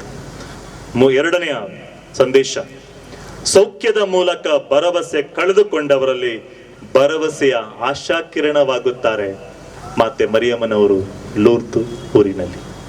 ತುಂಬಾ ಜನ ಲೂರ್ದು ಮಾತೆಯ ದರ್ಶನವನ್ನ ಪಡಿಲಿಕ್ಕೆ ಲೂರ್ದ್ ನಗರಕ್ಕೆ ಹೋಗುವುದು ಹಾಗೂ ಬೇರೆ ಬೇರೆ ನಮ್ಮ ಊರುಗಳಲ್ಲಿ ಲೂರ್ದು ಮಾತೆಗೆ ಸಮರ್ಪಿತ ಗವಿ ಇದ್ದರೆ, ಧರ್ಮ ಕೇಂದ್ರ ಇದ್ದರೆ ಅಲ್ಲಿ ದೊಡ್ಡ ಸಂಖ್ಯೆಯಲ್ಲಿ ಬಂದು ಸೇರುವ ಒಂದು ಉದ್ದೇಶ ಅಂತ ಹೇಳಿದ್ರೆ ಆ ದಿನ ಮಾತೆ ಮರಿಯಮ್ಮನವರು ನಮಗಾಗಿ ಪ್ರಾರ್ಥನೆ ಮಾಡಿ ಸೌಖ್ಯವನ್ನ ದಯಪಾಲಿಸುತ್ತಾರೆ ಅಂತ ಆಸೆ. ಲಕ್ಷಾಂತರ ಸಾವಿರಾರು ಜನರು ಆ ಲೂರ್ದು ನಗರವನ್ನ ಪ್ರತಿದಿನ ಭೇಟಿ ಮಾಡಿ ಅಲ್ಲಿರುವಂತ ಹರಿಯುವಂತ ಕೊಳದಲ್ಲಿ ಸ್ನಾನ ಮಾಡಿ ಮಿಂದು ರೋಗ ಸೌಖ್ಯವನ್ನ ಪಡೆದು ಮೇಲೆ ಬರ್ತಾ ಇರಬೇಕಾದ್ರೆ ಅವರ ಮುಖದಲ್ಲಿ ಕಾಣುವಂತ ಭರವಸೆಯ ಕಿರಣಗಳು ಮಾತೆ ಮಧ್ಯಸ್ಥಿಕೆಯ ಶಕ್ತಿಯಾಗಿದೆ. ಮಾತೆ ಮರಿಯಮ್ಮನವರು ಮಧ್ಯಸ್ಥಿಕೆಯನ್ನ ಮಾಡುತ್ತಾರೆ. ಕೀರ್ತನೆ 107 ವಾಕ್ಯ 20 ಹೇಳುತ್ತೆ ನಮಗೆ, ಗುಣಪಡಿಸಿದನವರನ್ನು ತನ್ನ ವಾಣಿಯಿಂದ, ತಪ್ಪಿಸಿಹನು ಅವರನ್ನು ವಿನಾಶ ಕೂಪದಿಂದ. ಅದರಿಂದ ಆತ್ಮೀಯ ಸಹೋದರ ಸಹೋದರಿಯರೇ, ದೇವರು ನಮ್ಮನ್ನ ಕಾಪಾಡುತ್ತಾರೆ. ಮಾತೆ ಮರಿಯಮ್ಮನವರು ಆ ಪ್ರಭುವಿಗೆ ಬೆರಳು ಮಾಡಿ ತೋರಿಸುತ್ತಾರೆ. ಇವ್ರು ಹೇಳ್ದಾಗ ಮಾಡಿ, ಬೇರೆ ಯಾರು ಹೇಳ್ದಾಗೂ ಮಾಡಬೇಡಿ. ಭರವಸೆಯ ಕಿರಣವಾಗುತ್ತಾರೆ. ಯವನನ ಶುಭ ಸಂದೇಶದಲ್ಲಿ 5ನೇ ವಾಕ್ಯ 1ರಿಂದ 9ರಲ್ಲಿ ಓದ್ತಾ ಹೋದ್ರೆ, ಬೆಸ್ಸದ ಕೊಳದ ಬಳಿ 38 ವರ್ಷಗಳಿಂದ ಅಸ್ವಸ್ಥನಾಗಿರುವಂತ ವ್ಯಕ್ತಿ, ಪ್ರಭು ಯೇಸು ನೋಡ್ತಾರೆ ಆ ವ್ಯಕ್ತಿಯನ್ನ. ಯಾಕಪ್ಪ ಇಲ್ಲಿ ಕುತ್ಕೊಂಡಿದ್ಯಾ, ನನ್ಗೆ ಯಾರು ನೀರಿಗೆ ಇಳಿಸ್ತಾನೆ ಇಲ್ಲ. ಅಲ್ಲಿರುವಂತ ಲೂರ್ದು ಮಾತೆಯ ಕೊಳ, ಇಲ್ಲಿರುವಂತ ಬೆಸ್ಸದ ಕೊಳ. ಪ್ರಭು ಯೇಸು ಹೇಳ್ತಾರೆ, ಸೌಖ್ಯ ನಾನು ಕೊಡ್ತೀನಿ, ಭಯ ಪಡ್ಬೇಡ, ಕಂಪ್ಲೀಟ್ ಗುಣ ಆಗ್ತಾರೆ. ಅಲ್ಲಿ ಮಾತೆ ಮರಿಯಮ್ಮನವರು ಇದೇ ಪ್ರಭುವಿನಲ್ಲಿ ಪ್ರಾರ್ಥನೆ ಮಾಡಿ ತನ್ನ ಬಳಿ ಬಂದಿರುವ ತನ್ನ ಎಲ್ಲ ಮಕ್ಕಳಿಗೆ ಸೌಖ್ಯದ ವರದಾನವನ್ನ ಕೊಡ್ತಾರೆ. ಭರವಸೆಯ ಕಿರಣ. ಅಲ್ಲಿ ಹೋಗುವ ಭಕ್ತಾದಿಗಳು ಪ್ರಾರ್ಥನೆ ಮಾಡಿ ಭರವಸೆಯನ್ನ ಪಡೆದುಕೊಳ್ತಾರೆ, ರೋಗ ಸೌಖ್ಯವನ್ನ ಪಡೆದುಕೊಳ್ತಾರೆ. ಕೆಲವರಿಗೆ ರೋಗ ಸೌಖ್ಯ ಸಿಗಲ್ಲ, ಆದ್ರೆ ಇನ್ನೊಬ್ಬರು ಸಿಗುವಂತ ಸೌಖ್ಯವನ್ನು ನೋಡ್ಬಿಟ್ಟು ಅವರ ಭರವಸೆ ವಿಶ್ವಾಸವನ್ನ ಮಾತೆ ಮರಿಯಮ್ಮನವರು ಹೆಚ್ಚಿಸ್ತಾರೆ. ಒಂದನ್ನು ನಾವೆಲ್ಲ ಅರ್ಥ ಮಾಡ್ಕೊಬೇಕು ಆತ್ಮೀಯರೇ, ಯಾವಾಗ್ಲೂ ನಾವು ರೋಗ ಗುಣ ಆಗ್ಲಿ ಅಂತ ಮಾತ್ರ ಪ್ರಾರ್ಥನೆ ಮಾಡಬಾರ್ದಂತೆ. ಕ್ರೈಸ್ತಿಯ ಜೀವನ ಏನಂತ ಹೇಳಿದ್ರೆ, ನಮ್ಮ ಜೀವನ ಕಷ್ಟ ದುಃಖಗಳಲ್ಲಿ ಪ್ರಭುವನ್ನ ಹಿಂಬಾಲಿಸುವ ಜೀವನ, ಎಲ್ಲವನ್ನ ಸಮಾನವಾಗಿ ಸ್ವೀಕರಿಸಿ ಹಿಂಬಾಲಿಸುವ ಜೀವನ. ಅದಕ್ಕೆ ಪ್ರಭು ಯೇಸು ಹೇಳ್ತಾರೆ, ನನ್ನನ್ನು ಯಾರು ಹಿಂಬಾಲಿಸಿದ್ರೆ ನೀವೇನ್ ಮಾಡ್ಬೇಕು, ನಿಮ್ಮ ಶಿಲುಬೆಗಳನ್ನ ಹೊತ್ಕೊಂಡು ಬರ್ಬೇಕು. ನಿಮ್ಮ ಶಿಲುಬೆಗಳು ನೀವೇ ಹೊತ್ಕೊಂಡು ಬರ್ಬೇಕು. ಅಂದ್ರೆ ಕಂಪ್ಲೀಟ್ ಬಂದವರಿಗೆಲ್ಲ ಗುಣ ಆಗತ್ತಂತಲ್ಲ, ಆದ್ರೆ ಸಹಿಸುವ ಸಾಮರ್ಥ್ಯವನ್ನು ದೇವರು ಕೊಡುತ್ತಾರೆ. ಭರವಸೆಯ ಕಿರಣಗಳು, ಭರವಸೆಯ ಕಿರಣಗಳು. 3ನೇ ಸಂದೇಶ, ಲೂರ್ದು ನಗರದ ಪರಂಪರೆ ವಿಶ್ವಾಸದ ಕಿರಣ ಬೀರುವ ಒಂದು ಕೇಂದ್ರವಾಗಿ ವಿಶ್ವದೆಲ್ಲೆಡೆ ಈಗ ಲೂರ್ದು ಮಾತೆಯ ಭಕ್ತಿ ಹರಡಲು ಪ್ರೇರಣೆಯಾಗಿದೆ. ಲೂರ್ದು ನಗರದ ಪರಂಪರೆ ವಿಶ್ವಾಸದ ಕಿರಣ ಬೀರುವ ಕೇಂದ್ರವಾಗಿದೆ.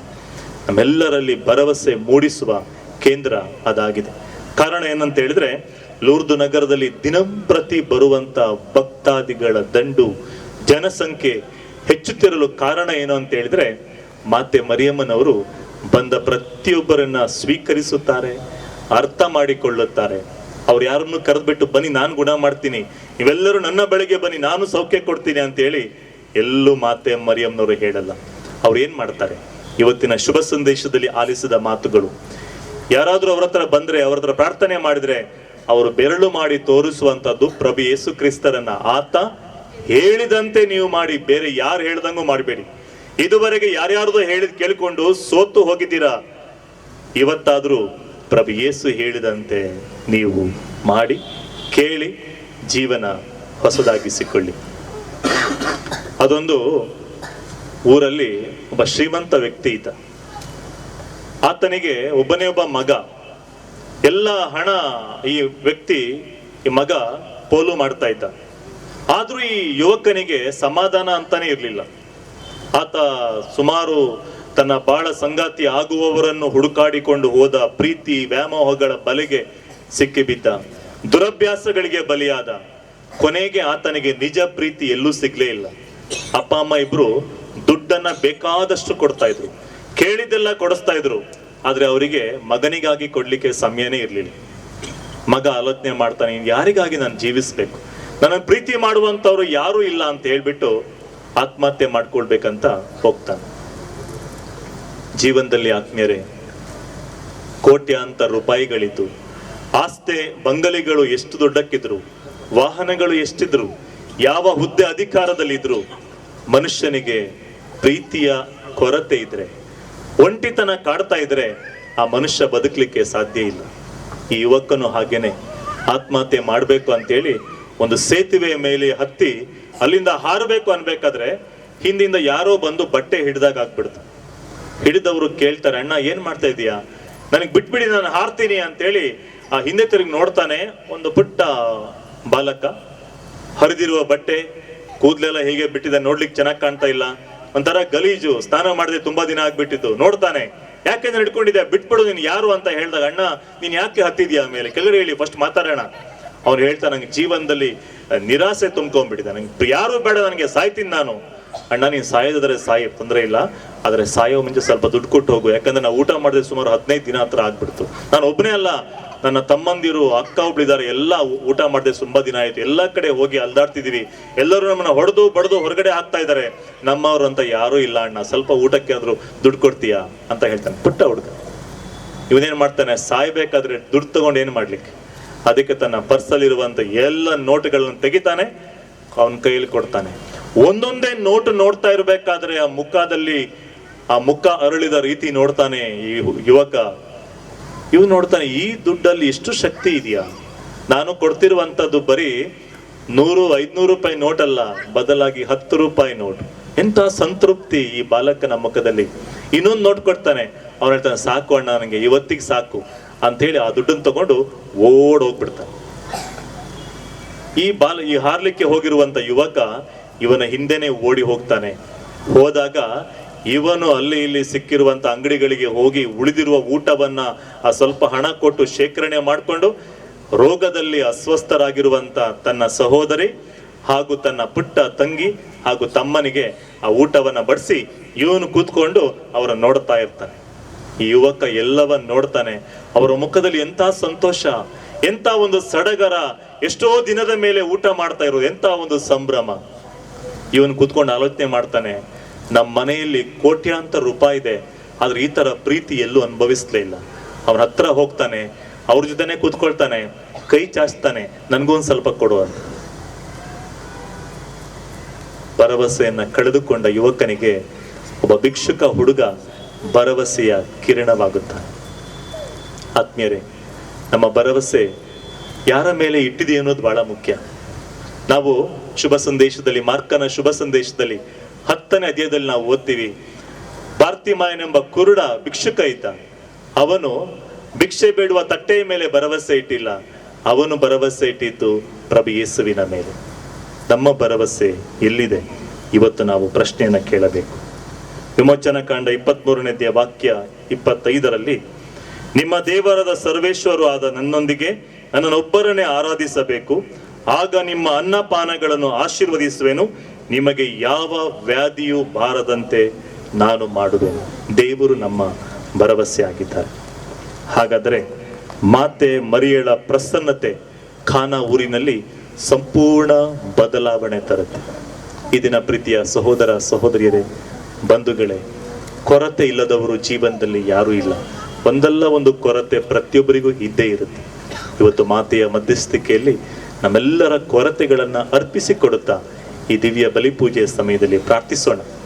ಖಾನಾ ಊರಿನಲ್ಲಿ ಮಾತೆ ನಿರಂತರವಾಗಿ ಪ್ರಾರ್ಥಿಸಿ ಕೊರತೆಯನ್ನು ನೀಗಿಸಿದ ಹಾಗೆ ನಮ್ಮೆಲ್ಲರ ಕೊರತೆಗಳನ್ನ ಮಾತೆಗೆ ಈ ದಿವ್ಯ ಬಲಿಪೂಜೆಯ ಸಮಯದಲ್ಲಿ ಅರ್ಪಿಸಿಕೊಡುತ್ತಾ ಪ್ರಭುವಿನ ಮುಖಾಂತರ ಮಾತೆ ನಮ್ಮಲ್ಲಿ ಪ್ರಾರ್ಥಿಸಿ ವರಗಳನ್ನು ತನ್ನಿ ಅಂತ ಬೇಡೋಣ. ಮಾತೆ ಭರವಸೆಯ ಕಿರಣವಾಗಲಿ. ಲೂರ್ದು ಮಾತೆಯ ಜೀವನ ಭರವಸೆಯ ಬಾಳಿಗೆ ಆಶಾ ಕಿರಣವಾಗಲಿ. ಆಮೇಲೆ ನಾವೆಲ್ಲರೂ ಎದ್ದು ನಿಲ್ಲೋಣ. ಕೊರತೆಯ ಬಾಳಿನಲ್ಲಿ ಭರವಸೆಯ ಕಿರಣವನ್ನ ಚೆಲ್ಲಲು ಮಾತೆ ಮರಿಯಮ್ಮನವರನ್ನ ದೇವರು ಆಯ್ಕೆ ಮಾಡಿದರು. ಆ ಮಾತೆಯ ಹಬ್ಬವನ್ನು ಆಚರಿಸುತ್ತಿರುವಾಗ ನಾವೆಲ್ಲರೂ ನಮ್ಮ ಕೋರಿಕೆ ಬೇಡಿಕೆಗಳನ್ನು, ನಮ್ಮ ಹೃದಯದ ವೇದನೆಯನ್ನು, ನಿವೇದನೆಯನ್ನು ಪ್ರಭುವಿಗೆ ಅರ್ಪಿಸಿಕೊಡುತ್ತಾ ಭಕ್ತಿಯಿಂದ ಈಗ ಪ್ರಾರ್ಥಿಸೋಣ.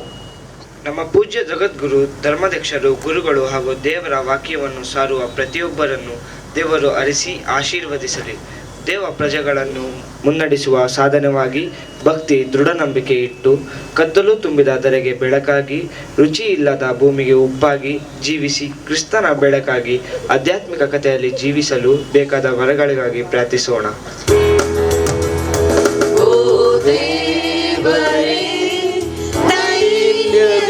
ನಮ್ಮ ಮೊರೆಯನ್ನು ಆಲಿಸಿರಿ, ನಮ್ಮ ಮೊರೆಯನ್ನು ಆಲಿಸಿರಿ. ಕರುಣಾಳು ದೇವರೇ, ನಮ್ಮ ಧರ್ಮಕೇಂದ್ರದ ಹಾಗೂ ಶಾಲೆಯಲ್ಲಿ ಓದುತ್ತಿರುವ ಎಲ್ಲ ಮಕ್ಕಳನ್ನು ನಿಮ್ಮ ಕರಗಳಿಗೆ ಸಮರ್ಪಿಸುತ್ತೇವೆ. ನಮ್ಮ ಬೆಳವಣಿಗೆಯಲ್ಲಿ ಮತ್ತು ಕಲಿಕೆಯಲ್ಲಿ ನಿಮ್ಮ ಅನುಗ್ರಹವನ್ನು ಕರುಣಿಸಿ ಉದ್ಯಾನವನದಲ್ಲಿ ಹೂಗಳು ಅರಳುವಂತೆ ಜೀವನದಲ್ಲಿ ಅರಳುವ ನಮಗೆ ನಿಮ್ಮ ಸಾನ್ನಿಧ್ಯವನ್ನು ದಯಪಾಲಿಸಿ. ನಿಮ್ಮ ಚಿತ್ತದಂತೆ ನಮ್ಮ ಜೀವನ ರೂಪಿಸಲು ಬೇಕಾದ ಕೃಪಾವರಗಳನ್ನು ದಯಪಾಲಿಸಿರಿ ಎಂದು ನಿಮ್ಮನ್ನು ಪ್ರಾರ್ಥಿಸುತ್ತೇವೆ.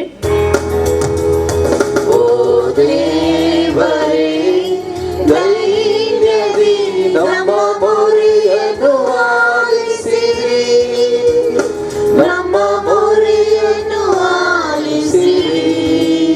ಶಿಕ್ಷಕರಿಗೂ ಮತ್ತು ಪೋಷಕರಿಗಾಗಿ ಜೀವದಾಯಕ ಪ್ರಭುವೆ, ನಮ್ಮ ಎಲ್ಲ ಶಿಕ್ಷಕರನ್ನು, ಪೋಷಕರನ್ನು, ಹಿತೈಷಿಗಳನ್ನು ಹರಸಿರಿ.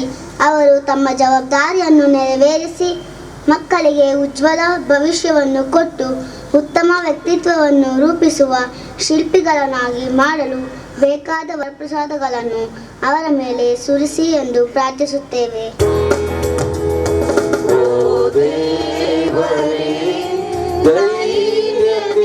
ನಮ್ಮ ಮೊರೆಯನ್ನು ಆಲಿಸಿರಿ, ನಮ್ಮ ಮೊರೆಯನ್ನು ಆಲಿಸಿರಿ.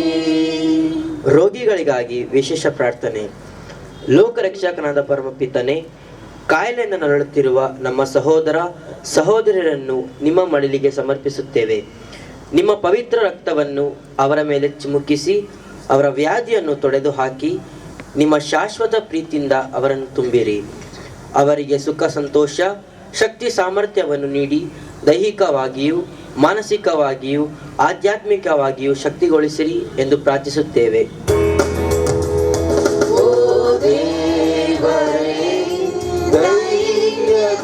ನಮ್ಮ ಮೊರೆಯನ್ನು ಆಲಿಸಿರಿ, ನಮ್ಮ ಮೊರೆಯನ್ನು ಆಲಿಸಿರಿ. ಸರ್ವರಿಗಾಗಿ ಪ್ರಾರ್ಥಿಸೋಣ. ಇಂದು ಲೂರ್ದ್ ಮಾತೆಯ ಹಬ್ಬವನ್ನು ಆಚರಿಸುತ್ತಿರುವ ನಮ್ಮೆಲ್ಲರನ್ನು ಆ ತಾಯಿ ಅರಸಿ ಆಶೀರ್ವದಿಸಲಿ. ನಾವೆಲ್ಲರೂ ಕ್ರೈಸ್ತಿಯ ಜೀವನದ ಮೌಲ್ಯಗಳೊಂದಿಗೆ ಜೀವಿಸಿ ಪ್ರಭುವಿನ ಅಪಾರ ಪ್ರೀತಿಯನ್ನು ಇತರರೊಡನೆ ಹಂಚಿಕೊಂಡು ಪ್ರಭುವಿನ ನೈಜ ಸಾಕ್ಷಿಗಳನ್ನಾಗಿ ಬಾಳಿ ಜ್ಞಾನದಲ್ಲಿ ಪ್ರಗತಿ ಹೊಂದಿ ವಿಶ್ವಾಸದಲ್ಲಿ ಬೆಳೆಯುತ್ತಾ ಕ್ರಿಸ್ತನ ಸ್ವರವನ್ನು ಆಲಿಸಿ ಪ್ರೀತಿ ವಾತ್ಸಲ್ಯದ ಮೂರ್ತಿಗಳಾಗಿ ಮುನ್ನಡೆಯುವಂತೆ ಪ್ರಾರ್ಥಿಸುತ್ತೇವೆ.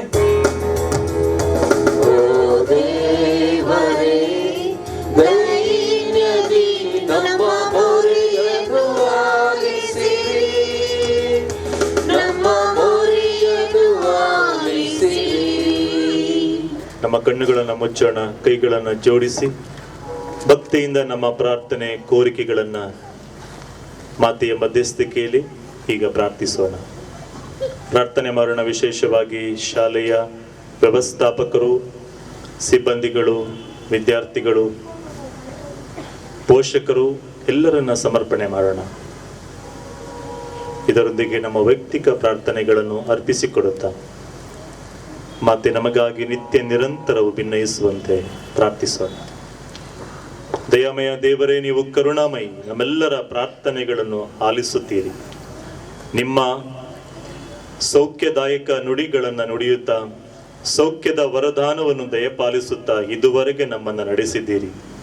ನಾವು ನಿಮ್ಮ ಮಕ್ಕಳು ಈ ಬಲಿಪೀಠದ ಸುತ್ತ ನೆರೆದು ನಮ್ಮ ಕೋರಿಕೆ ಬೇಡಿಕೆಗಳನ್ನು, ರೋಗ ರುಜಿನಗಳ ನಮ್ಮ ಪರಿಸ್ಥಿತಿಗಳನ್ನು ನಿಮಗೆ ಸಮರ್ಪಣೆ ಮಾಡಿದ್ದೇವೆ.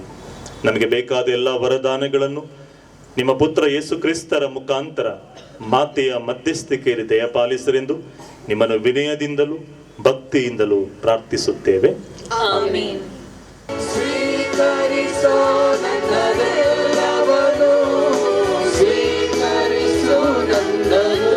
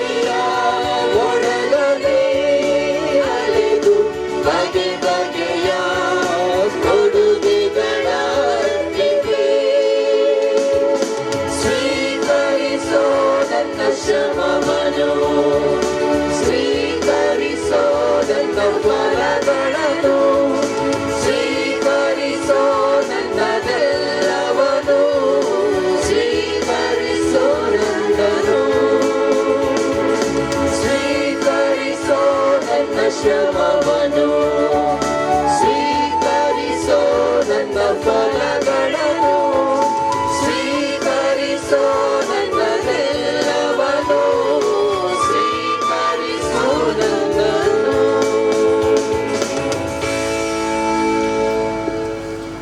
ನನ್ನ ಸಹೋದರ ಸಹೋದರಿಯರೇ, ನನ್ನ ಮತ್ತು ನಿಮ್ಮ ಬಲಿಯು ಸರ್ವಶಕ್ತ ಪಿತನಾದ ದೇವರಿಗೆ ಅಂಗೀಕೃತವಾಗುವಂತೆ ಪ್ರಾರ್ಥಿಸಿರಿ. ಪ್ರಭು ತಮ್ಮ ನಾಮದ ಸ್ತುತಿ ಹಾಗೂ ಮಹಿಮೆಗಾಗಿಯೂ ನಮ್ಮ ಮತ್ತು ತಮ್ಮ ಇಡೀ ಪವಿತ್ರ ಧರ್ಮಸಭೆಯ ಒಳಿತಿಗಾಗಿಯೂ ಈ ಬಲಿಯನ್ನು ನಿಮ್ಮ ಕರಗಳಿಂದ ಸ್ವೀಕರಿಸಲಿ.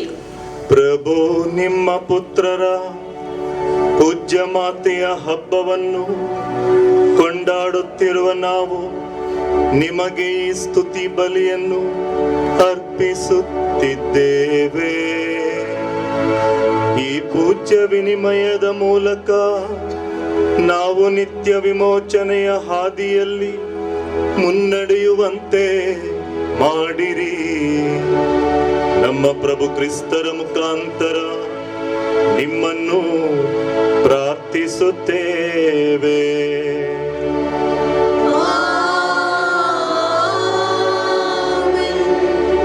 ಪ್ರಭು ನಿಮ್ಮೊಡನೆ ಇರಲಿ. ನಿಮ್ಮ ಆತ್ಮದೊಡನೆಯೂ ಇರಲಿ.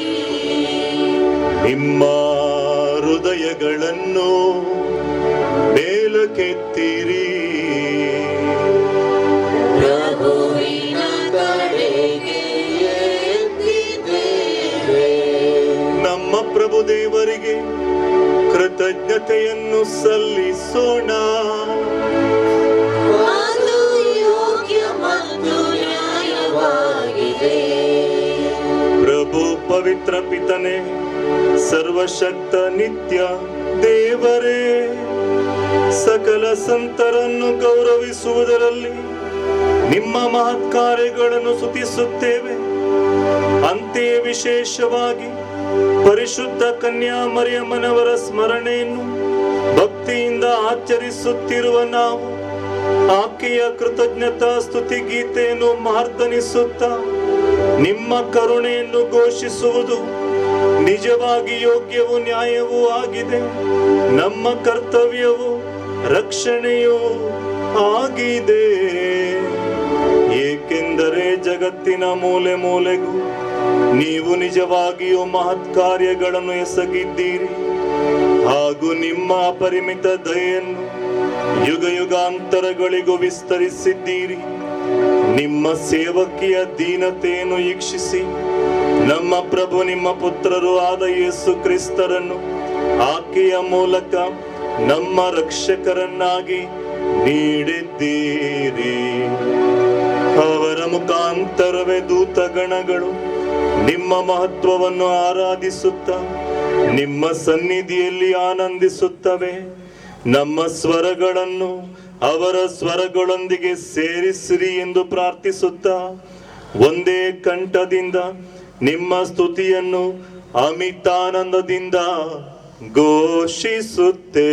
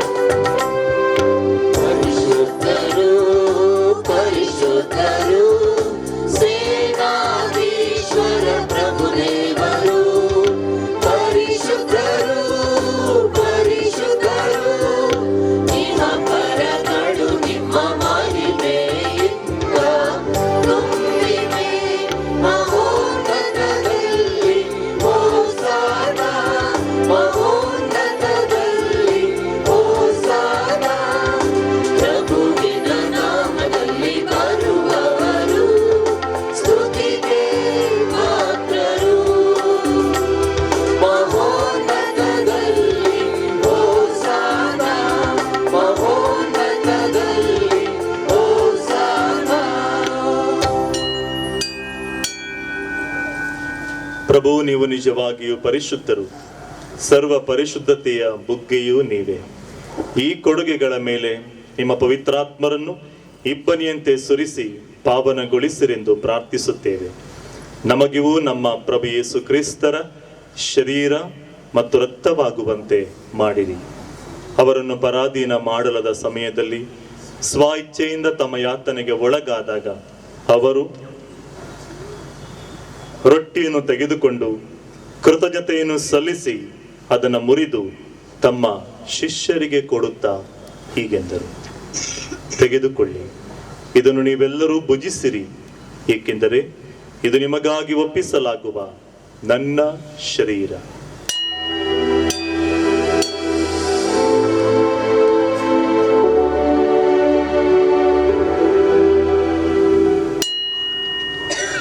ಅಂತೆಯೇ ಭೋಜನದ ಅಂತ್ಯದಲ್ಲಿ ಅವರು ಪಾನಪಾತ್ರೆನ ತೆಗೆದುಕೊಂಡು ಮತ್ತೊಮ್ಮೆ ನಿಮಗೆ ಕೃತಜ್ಞತೆಯನ್ನು ಸಲ್ಲಿಸಿ ತಮ್ಮ ಶಿಷ್ಯರಿಗೆ ಕೊಡುತ್ತಾ ಹೀಗೆಂದರು, ತೆಗೆದುಕೊಳ್ಳಿ ಮತ್ತು ಇದರಿಂದ ನೀವೆಲ್ಲರೂ ಪಾನ ಮಾಡಿರಿ, ಏಕೆಂದರೆ ಇದು ಹೊಸ ಮತ್ತು ಅನಂತ ಒಡಂಬಡಿಕೆಯ ನನ್ನ ರಕ್ತದ ಪಾತ್ರೆ. ಈ ರಕ್ತವು ನಿಮ್ಮ ಮತ್ತು ಅನೇಕರ ಪಾಪಗಳ ಪರಿಹಾರಕ್ಕಾಗಿ ಸುರಿಸಲಾಗುವುದು. ಇದನ್ನು ನನ್ನ ಸ್ಮರಣೆಗಾಗಿ ಮಾಡಿರಿ.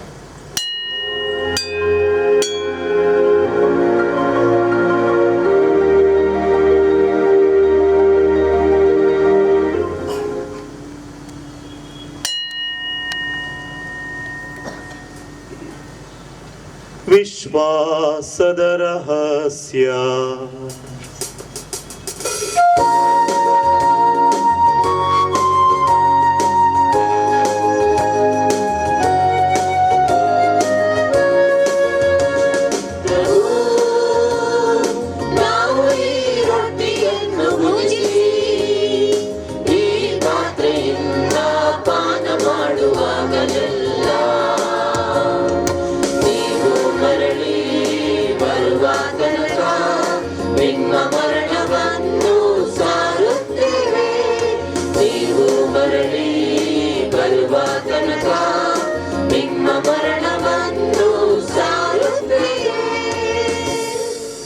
ಆದುದರಿಂದ ಪ್ರಭು ನಿಮ್ಮ ಸಮ್ಮುಖದಲ್ಲಿ ನಿಂತು ಸೇವೆ ಸಲ್ಲಿಸಲು ನಮ್ಮನ್ನು ಯೋಗ್ಯರೆಂದು ಪರಿಗಣಿಸಿದ್ದಕ್ಕಾಗಿ ನಿಮಗೆ ಕೃತಜ್ಞತೆಯನ್ನು ಸಲ್ಲಿಸುತ್ತೇವೆ. ಕ್ರಿಸ್ತರ ಮರಣ ಮತ್ತು ಪುನರುತ್ಥಾನದ ಸ್ಮರಣೆಯನ್ನು ಆಚರಿಸುತ್ತಾ ಜೀವವೀವ ರೊಟ್ಟಿಯನ್ನು ರಕ್ಷಣೆ ನೀವ ಪಾತ್ರೆ ನಿಮಗೆ ಅರ್ಪಿಸುತ್ತೇವೆ. ಕ್ರಿಸ್ತರ ಶರೀರ ಮತ್ತು ರಕ್ತದಲ್ಲಿ ಪಾಲ್ಗೊಳ್ಳುವ ನಮ್ಮನ್ನು ಪವಿತ್ರಾತ್ಮರು ಒಂದುಗೂಡಿಸಬೇಕೆಂದು ನಿಮ್ಮನ್ನು ವಿನಯದಿಂದ ಭಿನ್ನಯಿಸುತ್ತೇವೆ.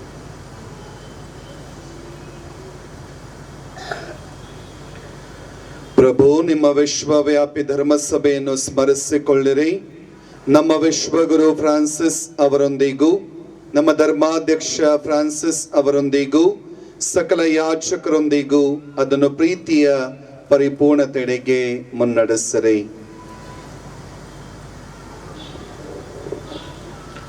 ಪ್ರಭು, ಪುನರುತ್ಥಾನದ ನಿರೀಕ್ಷೆಯಲ್ಲಿ ವಿಶ್ರಮಿಸುತ್ತಿರುವ ನಮ್ಮ ಸಹೋದರ ಸಹೋದರಿಯರನ್ನು, ನಿಮ್ಮ ದಯೆಯಲ್ಲಿ ಮೃತರಾದ ಎಲ್ಲರನ್ನೂ ಸ್ಮರಿಸಿಕೊಳ್ಳಿರಿ. ಅವರನ್ನು ನಿಮ್ಮ ಸಮ್ಮುಖದ ಪ್ರಭೆಗೆ ಬರಮಾಡಿರಿ. ನಮ್ಮ ಮೇಲೂ ದಯ ತೋರಿರಿ. ದೇವಮಾತೆ ಪೂಜ್ಯ ಕನ್ಯಾ ಮರಿಯಮ್ಮನವರೊಂದಿಗೂ ಆಕೆಯ ಪತಿ ಸಂತ ಜೋಸೆಫರೊಂದಿಗೂ ಪುನೀತ ಪ್ರೇಷಿತರೊಂದಿಗೂ ಎಲ್ಲ ಕಾಲಗಳಲ್ಲಿ ನಿಮ್ಮ ಮೆಚ್ಚುಗೆಗೆ ಪಾತ್ರರಾದ ಸಕಲ ಸಂತರೊಂದಿಗೂ ನಾವು ನಿತ್ಯ ಜೀವದಲ್ಲಿ ಸಹಭಾಗಿಗಳಾಗಿ ನಿಮ್ಮನ್ನು ಸ್ತುತಿಸಿ ಮಹಿಮೆ ಪಡಿಸುವಂತೆ ನಿಮ್ಮ ಪುತ್ರ ಯೇಸು ಕ್ರಿಸ್ತರ ಮುಖಾಂತರ ಪ್ರಾರ್ಥಿಸುತ್ತೇವೆ.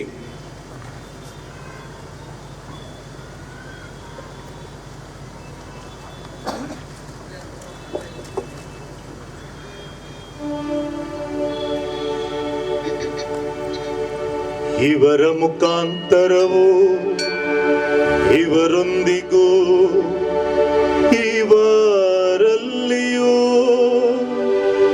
ಸರ್ವಶಕ್ತ ತಂದೆಯಾದ ದೇವರೇ,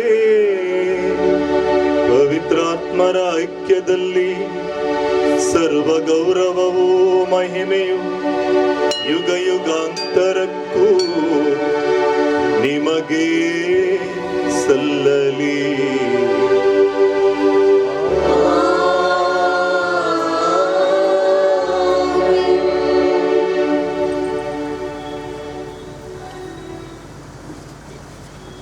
ರಕ್ಷಕರ ಆಜ್ಞೆಯ ಪ್ರಕಾರ ದೈವ ಬೋಧನೆಯಿಂದ ಶಿಕ್ಷಿತರಾಗಿ ಧೈರ್ಯದಿಂದ ನಾವು ಪ್ರಾರ್ಥಿಸುವುದೇನೆಂದರೆ, ಸ್ವರ್ಗದಲ್ಲಿರುವ ನಮ್ಮ ತಂದೆಯೇ, ನಿಮ್ಮ ನಾಮ ಪೂಜಿತವಾಗಲಿ, ನಿಮ್ಮ ರಾಜ್ಯ ಬರಲಿ, ನಿಮ್ಮ ಚಿತ್ತ ಸ್ವರ್ಗದಲ್ಲಿ ನೆರವೇರುವ ಪ್ರಕಾರ ಭೂಮಿಯಲ್ಲಿಯೂ ನೆರವೇರಲಿ. ನಮ್ಮ ಅನುದಿನದ ಆಹಾರವನ್ನು ಇಂದು ನಮಗೆ ನೀಡಿರಿ. ನಮಗೆ ತಪ್ಪು ಮಾಡಿದವರನ್ನು ನಾವು ಕ್ಷಮಿಸುವ ಪ್ರಕಾರ ನಮ್ಮ ಪಾಪಗಳನ್ನು ಕ್ಷಮಿಸಿರಿ. ನಮ್ಮನ್ನು ಶೋಧನೆಗೆ ಒಳಪಡಿಸದೆ ಕೇಡಿನಿಂದ ನಮ್ಮನ್ನು ರಕ್ಷಿಸಿರಿ. ಪ್ರಭು ಸಕಲ ಕೇಡುಗಳಿಂದ ನಮ್ಮನ್ನು ರಕ್ಷಿಸಿರೆಂದು ಪ್ರಾರ್ಥಿಸುತ್ತೇವೆ. ನಿಮ್ಮ ದಯೆ ನೆರವನ್ನು ಪಡೆದು ಪಾಪದಿಂದ ಸದಾ ವಿಮುಕ್ತರಾಗಿ ಎಲ್ಲ ಸಂಕಷ್ಟಗಳಿಂದ ಸುರಕ್ಷಿತರಾಗಿರುವಂತೆ ನಮ್ಮ ಜೀವಮಾನದಲ್ಲಿ ಶಾಂತಿಯನ್ನು ದಯೆಯಿಂದ ಕರುಣಿಸಿರಿ. ನಾವು ಸ್ವರ್ಗಾನಂದವನ್ನು, ನಮ್ಮ ರಕ್ಷಕ ಯೇಸು ಕ್ರಿಸ್ತರ ಆಗಮನವನ್ನು ನಿರೀಕ್ಷಿಸುತ್ತಿದ್ದೇವೆ. ಏಕೆಂದರೆ ರಾಜ್ಯಭಾರವು, ಅಧಿಕಾರವು, ಮಹಿಮೆಯು ಯುಗಾಂತರಕ್ಕೂ ನಿಮ್ಮದೇ. ಪ್ರಭು ಯೇಸು ಕ್ರಿಸ್ತರೇ, ನಿಮ್ಮ ಪ್ರೇಷಿತರಿಗೆ ನಿಮಗೆ ಶಾಂತಿಯನ್ನು ಬಿಟ್ಟು ಹೋಗುತ್ತೇನೆ, ನನ್ನ ಶಾಂತಿಯನ್ನೇ ನಿಮಗೆ ಕೊಡುತ್ತೇನೆ ಎಂದು ಹೇಳಿದ್ದೀರಿ. ನಮ್ಮ ಪಾಪಗಳನ್ನು ಲಕ್ಷಿಸದೆ ನಿಮ್ಮ ಧರ್ಮಸಭೆಯ ವಿಶ್ವಾಸವನ್ನು ವೀಕ್ಷಿಸಿರಿ. ಅದಕ್ಕೆ ನಿಮ್ಮ ಚಿತ್ತದ ಪ್ರಕಾರ ಶಾಂತಿಯನ್ನು, ಐಕ್ಯತೆಯನ್ನು ದಯೆಯಿಂದ ದಯಪಾಲಿಸಿರಿ. ಯುಗಾಂತರಕ್ಕೂ ಜೀವಿಸಿ ಆಳುವ ನಿಮ್ಮನ್ನು ಪ್ರಾರ್ಥಿಸುತ್ತೇವೆ. ಪ್ರಭುವಿನ ಶಾಂತಿ ಸದಾ ನಿಮ್ಮಲ್ಲಿರಲಿ.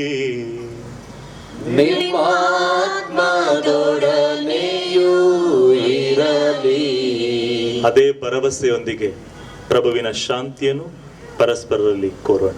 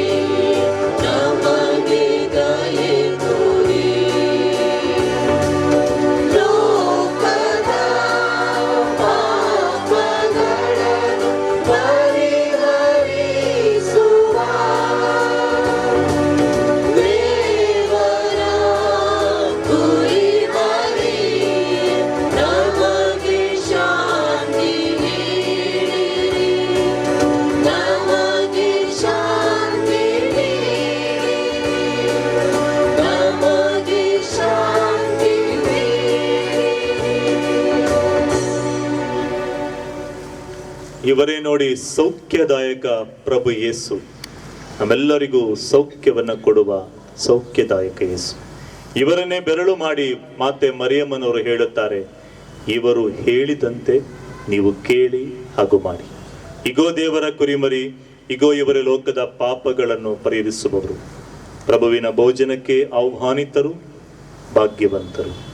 ಪ್ರಭು, ತಾವು ನನ್ನ ಮನೆಯನ್ನು ಪ್ರವೇಶಿಸಲು ನಾನು ಪಾತ್ರನಲ್ಲ, ಆದರೆ ತಾವು ಒಂದೇ ಒಂದು ಮಾತನ್ನು ನುಡಿಯಿರಿ, ನನ್ನ ಆತ್ಮವು ಸ್ವಸ್ಥವಾಗುವುದು.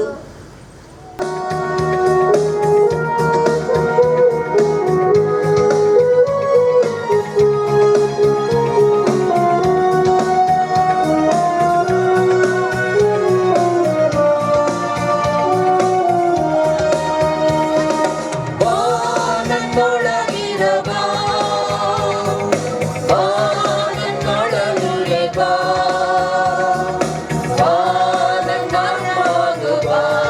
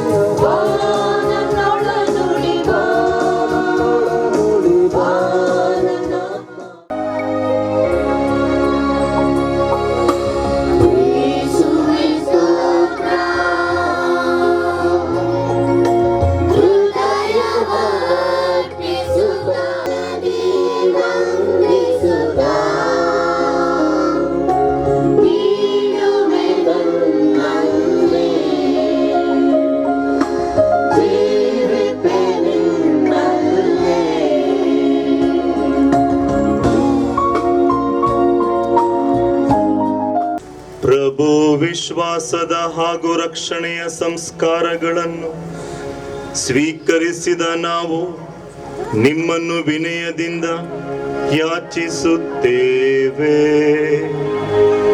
ಪೂಜ್ಯ ಕನ್ಯಾ ಮರಿಯಮ್ಮನವರಲ್ಲಿ ಭಕ್ತಿಯಿಂದ ಗೌರವಿಸುತ್ತಿರುವ ನಾವು ಸ್ವರ್ಗೀಯ ಸೌಭಾಗ್ಯದಲ್ಲಿ ಆಕೆಯೊಂದಿಗೆ ಪಾಲ್ಗೊಳ್ಳಲು ಯೋಗ್ಯರಾಗುವಂತಾಗಲಿ. ನಮ್ಮ ಪ್ರಭು ಕ್ರಿಸ್ತರ ಮುಖಾಂತರ ನಿಮ್ಮನ್ನು ಪ್ರಾರ್ಥಿಸುತ್ತೇವೆ.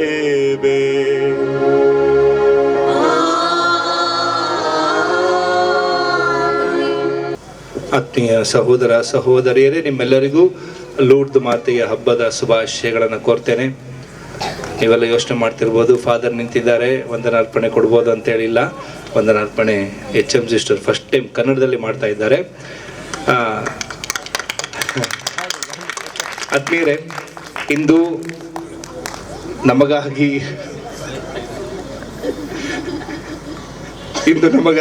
ಈ ಬಲಿಪೂಜೆಯನ್ನು ಅರ್ಪಿಸಲು ಶಿವಮೊಗ್ಗದಿಂದ ನಮ್ಮ ಚೈತನ್ಯ SMS ಸಮಾಜ ಸೇವೆ ನಿಯೋಗದ ನಿರ್ದೇಶಿಗಳಾಗಿರುವಂತಹ ವಂದನೆಯ ಸ್ವಾಮಿ ಪಿಯೂಸ್ ಡಿಸೋಜ ಇವರು ಈ ಹಬ್ಬದ ಬಲಿಪೂಜೆಯನ್ನು ನಮಗಾಗಿ ಅರ್ಪಿಸಿ ಪ್ರಾರ್ಥಿಸಿದ್ದಾರೆ. ಇವರ ಆಶೀರ್ವಾದದಿಂದ ಈ ನಮ್ಮ ಶಾಲೆ ಇನ್ನೂ ಒಂದು ಒಳ್ಳೆಯ ಭವಿಷ್ಯ ಸಿಗುವಂತಾಗಲಿ ಎಂದು ನಮಗಾಗಿ ಕೂಡ ಅವರು ಬೇಡಿಕೊಂಡಿದ್ದಾರೆ. ಗುರುಗಳಿಗೆ ನನ್ನ ಮತ್ತು ನಿಮ್ಮೆಲ್ಲರ ಪರವಾಗಿ ನಾನು ವಂದನೆಯನ್ನು ಸಲ್ಲಿಸ್ತೇನೆ. ಹಾಗಾಗಿ ನಮ್ಮ ಒಂದು ಸಣ್ಣ ಸನ್ಮಾನವನ್ನು ಗುರುಗಳು ಸ್ವೀಕರಿಸಬೇಕೆಂದು ಕೇಳಿಕೊಳ್ತೇನೆ.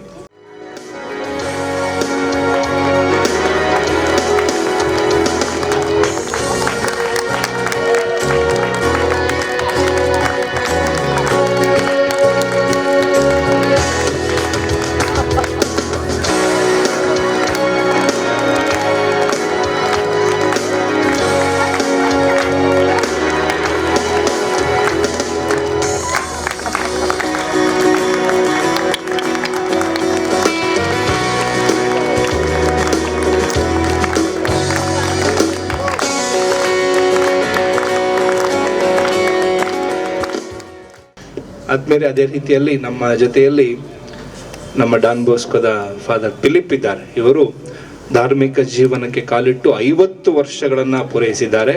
ಆ ಗುರುಗಳು ನಮ್ಮ ಜೊತೆಯಲ್ಲಿರೋದು ನಮ್ಮ ನಿಜವಾಗಿಯೂ ಅದೊಂದು ನಮಗೆ ಪುಣ್ಯ. ಗುರುಗಳು ದಯಮಾಡಿ ವೇದಿಕೆ ಮೇಲೆ ಬಂದು ನಮ್ಮ ಸಣ್ಣ ಸನ್ಮಾನವನ್ನು ಸ್ವೀಕರಿಸಬೇಕೆಂದು ಕೇಳಿಕೊಳ್ಳುತ್ತೇನೆ.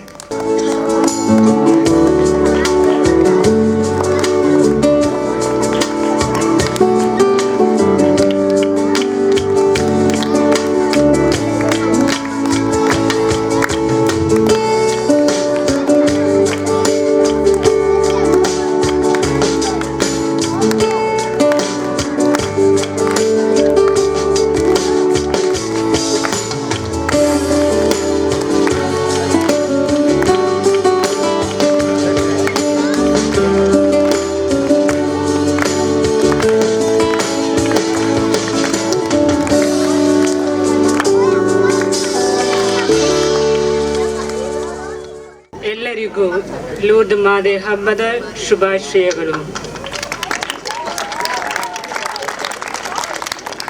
ಹಬ್ಬದ ಮಹೋತ್ಸವವನ್ನು ಇಷ್ಟು ಸುಂದರವಾಗಿ ಆಚರಿಸಲು ನೆರವಾದ ನಿಮ್ಮೆಲ್ಲರನ್ನು ವಂದಿಸುವುದು ನನ್ನ ಕರ್ತವ್ಯವಾಗಿದೆ. ಲೂರ್ದ್ ಮಾತೆಯ ಪಾಲನೆಯಲ್ಲಿ ನಮ್ಮ ಶಿಷ್ಯದ ಸಂಸ್ಥೆಯನ್ನು ಸದಾಕಾಲ ಆಶೀರ್ವದಿಸುತ್ತಿರುವ ತ್ರಿಯೇಕ ದೇವರಿಗೆ ಹೃದಯಾಂತರಾಳದ ನಮನಗಳನ್ನು ಸಲ್ಲಿಸುತ್ತೇನೆ. ಇಂದಿನ ಈ ಮಹೋತ್ಸವದ ಬಲಿಪೂಜೆಯನ್ನು ಅರ್ಪಿಸಿ ನಮಗಾಗಿ ಪ್ರಾರ್ಥಿಸಿದ ವಂದನೀಯ ಸ್ವಾಮಿ ಪಿಯೋಸ್ ಡಿಸೋಸ, ಶಿವಮೊಗ್ಗ ಧರ್ಮ ಕೇಂದ್ರದ ಸೇವಾ ನಿಯೋಗದ ಕಾರ್ಯದರ್ಶಿಗಳು ಅವರಿಗೆ ಹೃದಯ ಸ್ಪಂದನ ಧನ್ಯವಾದಗಳನ್ನು ಸಲ್ಲಿಸುತ್ತೇನೆ. ಇಂದಿನ ಈ ಬಲಿಪೂಜೆಯಲ್ಲಿ ನಮಗಾಗಿ ಪ್ರಾರ್ಥಿಸಿದ ವಂದನೀಯ ಸ್ವಾಮಿ ಜಾರ್ಜ್ ಕೆಎ ಇವರು ನಮ್ಮ ಕಿರಿಯ ಪುಷ್ಪದ ವಲಯಾಧಿಕಾರಿಗಳು, ಇವರಿಗೂ ಧನ್ಯವಾದಗಳನ್ನು ಅರ್ಪಿಸುತ್ತೇನೆ. ನಮ್ಮ ಈ ಧರ್ಮ ಕೇಂದ್ರದ ಗುರುಗಳಾದ ವಂದನೀಯ ಸ್ವಾಮಿ ಆಂಟನಿ ನಾಸರತ್ ಇವರಿಗೆ ವಂದನೆಗಳನ್ನು ಸಲ್ಲಿಸುತ್ತೇನೆ. ನಮ್ಮ ಆಹ್ವಾನಕ್ಕೆ ಸಹಕರಿಸಿ ಲೂರ್ದ್ ಮಾತೆಯ ಈ ಹಬ್ಬದ ಬಲಿಪೂಜೆಯಲ್ಲಿ ನಮ್ಮ ಶಾಲೆಯ ಭವಿಷ್ಯದ ಯೋಜನೆಗಳಾಗಿ ಪ್ರಾರ್ಥಿಸಿದ ನಮ್ಮ ಈ ಧರ್ಮ ಕೇಂದ್ರದ ಎಲ್ಲ ಭಕ್ತಾದಿಗಳಿಗೂ ತುಂಬ ಹೃದಯದ ವಂದನೆಗಳನ್ನು ಸಲ್ಲಿಸುತ್ತೇನೆ. ಇಂದಿನ ಈ ಬಲಿಪೂಜೆಗೆ ತಮ್ಮ ಇಂಪಾದ ನಾದ ಮತ್ತು ಗಾಯನದೊಂದಿಗೆ ಮೆರುಗು ಮೂಡಿಸಿದ ನಮ್ಮ ಸಂತ ಥೋಮಸ್ರ ಧರ್ಮ ಕೇಂದ್ರದ ಗಾಯಕರೊಂದಿಗೆ ತುಂಬ ಹೃದಯದ ಧನ್ಯವಾದಗಳನ್ನು ಸಲ್ಲಿಸುತ್ತೇನೆ. ಈ ವೇದಿಕೆಯನ್ನು ಸಿದ್ಧಪಡಿಸಲು ಸಹಾಯಕರಾದ ವಿದ್ಯಾರ್ಥಿಗಳು, ತನು ಮನ ಧನ ಸಹಾಯ ಮಾಡಿದ ಉದಾಯ ಮನಸ್ಸಿನ ಶಿಕ್ಷಕರಿಗೂ ಮತ್ತು ಶಿಕ್ಷಕರೇತರ ಸಿಬ್ಬಂದಿ ಅವರಿಗೂ ಧನ್ಯವಾದಗಳನ್ನು ಸಲ್ಲಿಸುತ್ತೇನೆ. ಈ ಹಬ್ಬದ ಆಚರಣೆಗೆ ವಿಶೇಷ ರೀತಿಯಲ್ಲಿ ನೆರವಾದ ಶ್ರೀ ಜೋವಿತರಾಜ್ ಮತ್ತು ತಂಡ ವೇದಿಕೆ ತೆರು ಮತ್ತು ಮೆರಗಲಿಗೆ, ಶ್ರೀ ಮೈಕಲ್ ಮತ್ತು ತಂಡ ವೇದಿಕೆ ಪುಷ್ಪಾಲಂಕಾರ, ಶ್ರೀ ರಕ್ಷಕ್ ಅವರು ಆಸನದ ವ್ಯವಸ್ಥೆ ಮತ್ತು ಧ್ವನಿವರ್ಧಕ, ಇವರೆಲ್ಲರಿಗೂ ತುಂಬ ಮನದ ಧನ್ಯವಾದಗಳು. ಲೂರ್ದ್ ಮಾತೆಯೇ, ನಮ್ಮ ಶಾಲಾ ಪಾಲಕಿಯೇ, ನಮಗಾಗಿ ಪ್ರಾರ್ಥಿಸಿರಿ. ಬಲಿಪೂಜೆಯ ನಂತರ ತಾವೆಲ್ಲರೂ ನಮ್ಮ ಆತಿಥ್ಯವನ್ನು ಸ್ವೀಕರಿಸಬೇಕೆಂದು ಕೇಳಿಕೊಳ್ಳುತ್ತೇನೆ. ಧನ್ಯವಾದಗಳು. ಎಲ್ಲರೂ ನಮ್ಮ ಮೇಲೆ ಒಂದು ಒಳ್ಳೆಯ ಪ್ರಾರ್ಥನೆಯನ್ನು ಮಾಡಿ ಈ ಶಾಲೆಯ ಒಂದು ಒಳ್ಳೆಯ ಭವಿಷ್ಯಕ್ಕಾಗಿ ಪ್ರಾರ್ಥಿಸಬೇಕು ಅಂತ ದೂರ ದೂರ ಊರಿಂದ ಬಂದು ನಮ್ಮ ಜೊತೆಯಲ್ಲಿ ಈ ಬಲಿಪೂಜೆಯಲ್ಲಿ ಭಾಗವಹಿಸಿ ಪ್ರಾರ್ಥಿಸಿದ್ದಾರೆ. ಎಲ್ಲ ಗುರುಗಳಿಗೂ ನಾನು ನನ್ನ ತುಂಬು ಹೃದಯದಿಂದ ಮತ್ತು ನಮ್ಮ ಶಾಲೆಯ ವತಿಯಿಂದ, ಧರ್ಮಕ್ಕೆ ಎಲ್ಲ ಭಕ್ತಾದಿಗಳ ವತಿಯಿಂದ ನಿಮ್ಮೆಲ್ಲರಿಗೂ ಧನ್ಯವಾದಗಳು ಸಲ್ಲಿಸ್ತೇನೆ. Thank you very much fathers and also sister Jayanthi sister, thank you for coming. ನಮ್ಮೆಲ್ಲರನ್ನ ವಂದಿಸಿದ ಶಾಲೆಯ ಮುಖ್ಯೋಪಾಧ್ಯಾಯಿನಿ ಹಾಗೂ ಎಲ್ಲರನ್ನ ತುಂಬ ಆತ್ಮೀಯವಾಗಿ ಕರೆಯೋಲೆ ಕೊಟ್ಟು ದೂರ ದೂರದ ಊರುಗಳಿಂದ ನಾವಿಷ್ಟೊಂದು ಜನ ಯಾಜಕರು ಬೇರೆ ಬೇರೆ ಕಡೆಗಳಿಂದ ಬರಬೇಕು ಅಂತ ಹೇಳಿದ್ರೆ ಯಾರಾದರೂ ಆಮಂತ್ರಣ ಕೊಡಬೇಕು, ಕೊಡದೆ ಹೇಗೆ ಬರೋದು ಅಲ್ವಾ? ತುಂಬ ಪ್ರೀತಿಯಿಂದ ಮೇಲಿನ ಮೇಲೆ ನಮಗೆ ಸಂದೇಶ, ಮೆಸೇಜ್, ರಿಮೈಂಡರ್ ಕೊಟ್ಟು ಬರ್ತಾ ಇದ್ರಲ್ಲ ನಮ್ಮ ಹಬ್ಬ ಇದೆ ಅಂತ ಹೇಳಿ ತುಂಬ ಪ್ರೀತಿಯಿಂದ ನಮ್ಮನ್ನ ಕರೆದಿರುವಂಥವರು, ಆಮಂತ್ರಿಸಿರುವಂಥವರು ಫಾದರ್ ಆಲ್ವಿನ್ ರವರು. ಅವರು ಈ ಶಾಲೆಯ ವ್ಯವಸ್ಥಾಪಕರು, ಮ್ಯಾನೇಜರ್ ಆಗಿದ್ದಾರೆ. ಅವರಿಗೆ ನಾವು ಮೊಟ್ಟ ಮೊದಲನೇದಾಗಿ ಈ ಹಬ್ಬದ ಶುಭಾಶಯಗಳನ್ನ ಕೋರ್ತೀನಿ. ಹಾಗೂ ಇಲ್ಲಿ ಶಿಕ್ಷಕರಿಂದ ವಿದ್ಯಾರ್ಥಿಗಳು ಎಲ್ಲ ಇದ್ದೀರಾ, ನಿಮ್ಗೆಲ್ಲರಿಗೂ ಹಬ್ಬದ ಶುಭಾಶಯಗಳು. ಲೂರ್ದ್ ಮಾತೆಯ ಮಧ್ಯಸ್ಥಿಕೆ ಇಡೀ ವರ್ಷ ನಿಮ್ಮನ್ನ ಕಾಪಾಡಲಿ. ಮುಂದಿನ ದಿನಗಳಲ್ಲಿ ಕೈಗೊಳ್ಳುವಂತ ಎಲ್ಲ ಯೋಜನೆಗಳಲ್ಲಿ ಮಾತೆಯ ಮಧ್ಯಸ್ಥಿಕೆ ನಿಮ್ಮೆಲ್ಲರನ್ನ ಮಾತೆಯ ಮಧ್ಯಸ್ಥಿಕೆ ಮುಖಾಂತರ ಬೇಕಾದ ವರದಾನಗಳು ಸಿಗಲಿ ಅಂತ ಹೇಳಿ ಈ ದಿವ್ಯ ಬಲಿಪೂಜೆ ಸಮಯದಲ್ಲಿ ಪ್ರಾರ್ಥನೆ ಮಾಡಿದ್ದೀವಿ. ಎಲ್ಲರಿಗೂ ಹಬ್ಬದ ಶುಭಾಶಯಗಳು. ಅದೇ ರೀತಿಯಲ್ಲಿ ನಮ್ಮನ್ನ ಪ್ರೀತಿಯಿಂದ ಸ್ವಾಗತಿಸಿದ ಫಾದರ್ ಆಲ್ವಿನ್, ನಿಮಗೂ ಹಬ್ಬದ ಶುಭಾಶಯಗಳನ್ನ ಕೋರುತ್ತೇನೆ. ಎದ್ದು ನಿಲ್ಲೋಣ. ಪ್ರಭು ನಿಮ್ಮೊಡನೆ ಇರಲಿ,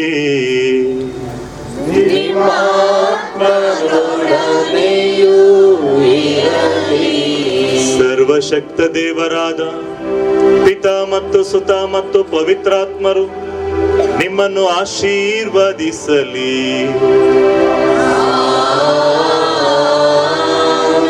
ಹೋಗಿ ಬನ್ನಿ, ಪ್ರಭುವಿನ ಶುಭ ಸಂದೇಶವನ್ನು ಎಲ್ಲೆಡೆ ಸಾರಿರಿ.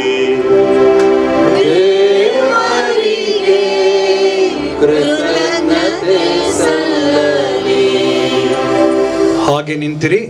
ಈಗ ಫಾದರ್ ಅನಿಲ್ ರಿಚರ್ಡ್ ರವರು ತಯಾರಿಸಿರುವಂತಹ ಆಹಾರವನ್ನ ಆಶೀರ್ವದಿಸಲಿದ್ದಾರೆ. ಪ್ರಾರ್ಥನೆಯಲ್ಲಿ ದಯವಿಟ್ಟು ಭಾಗವಹಿಸಿರಿ. ಸ್ತೋತ್ರ, ವಂದನೆ, ಆರಾಧನೆ ನಾವು ಸಲ್ಲಿಸುತ್ತಾ ಇದ್ದೇವೆ. ಈ ಒಂದು ವಿಶೇಷ ದಿನಕ್ಕಾಗಿ ನಮಗೆ ಕೃತಜ್ಞತೆಯನ್ನು ಸಲ್ಲಿಸುತ್ತಿರುವಾಗ ಲೂರ್ದು ಮಾತೆಯ ಮುಖಾಂತರ ನಮ್ಮ ಬದುಕಿನಲ್ಲಿ ಹಲವಾರು ಅದ್ಭುತಗಳನ್ನು ನೀವು ಎಸಗಿದ್ದೀರಿ. ನಿಮಗೆ ಸ್ತೋತ್ರ. ಇದರ ಪರವಾಗಿ ನಾವು ದಿವ್ಯ ಬಲಿ ಪೂಜೆಯಲ್ಲಿ ಭಾಗವಹಿಸಿ ನಿಮಗೆ ವಂದನೆಗಳನ್ನು ಸಲ್ಲಿಸಿದ್ದೇವೆ. ಈಗ ನಮ್ಮ ಮುಂದಿರುವಂತಹ ಈ ಒಂದು ಆಹಾರವನ್ನು ಆಶೀರ್ವದಿಸುವಂತೆ ನಾವು ನಿಮ್ಮಲ್ಲಿ ಸವಿನಯದಿಂದ ನಾವು ಪ್ರಾರ್ಥಿಸುತ್ತಾ ಇದ್ದೇವೆ. ವಿಶೇಷವಾಗಿ ಈ ಒಂದು ಭೋಜನ ಐಕ್ಯತೆಯ, ಅನ್ಯೋನ್ಯತೆಯ, ಸಹಬಾಳ್ವೆಯ ಭೋಜನವಾಗಿದೆ. ಈ ಭೋಜನವನ್ನು ಸಿದ್ಧಪಡಿಸಿದಂತಹ ಸರ್ವರನ್ನ ಆಶೀರ್ವದಿಸಿರಿ. ಈ ಭೋಜನವನ್ನು ಭುಜಿಸಲು ಹೋಗುತ್ತಿರುವಂತಹ ನಮ್ಮೆಲ್ಲರನ್ನು ಆಶೀರ್ವದಿಸಿರಿ.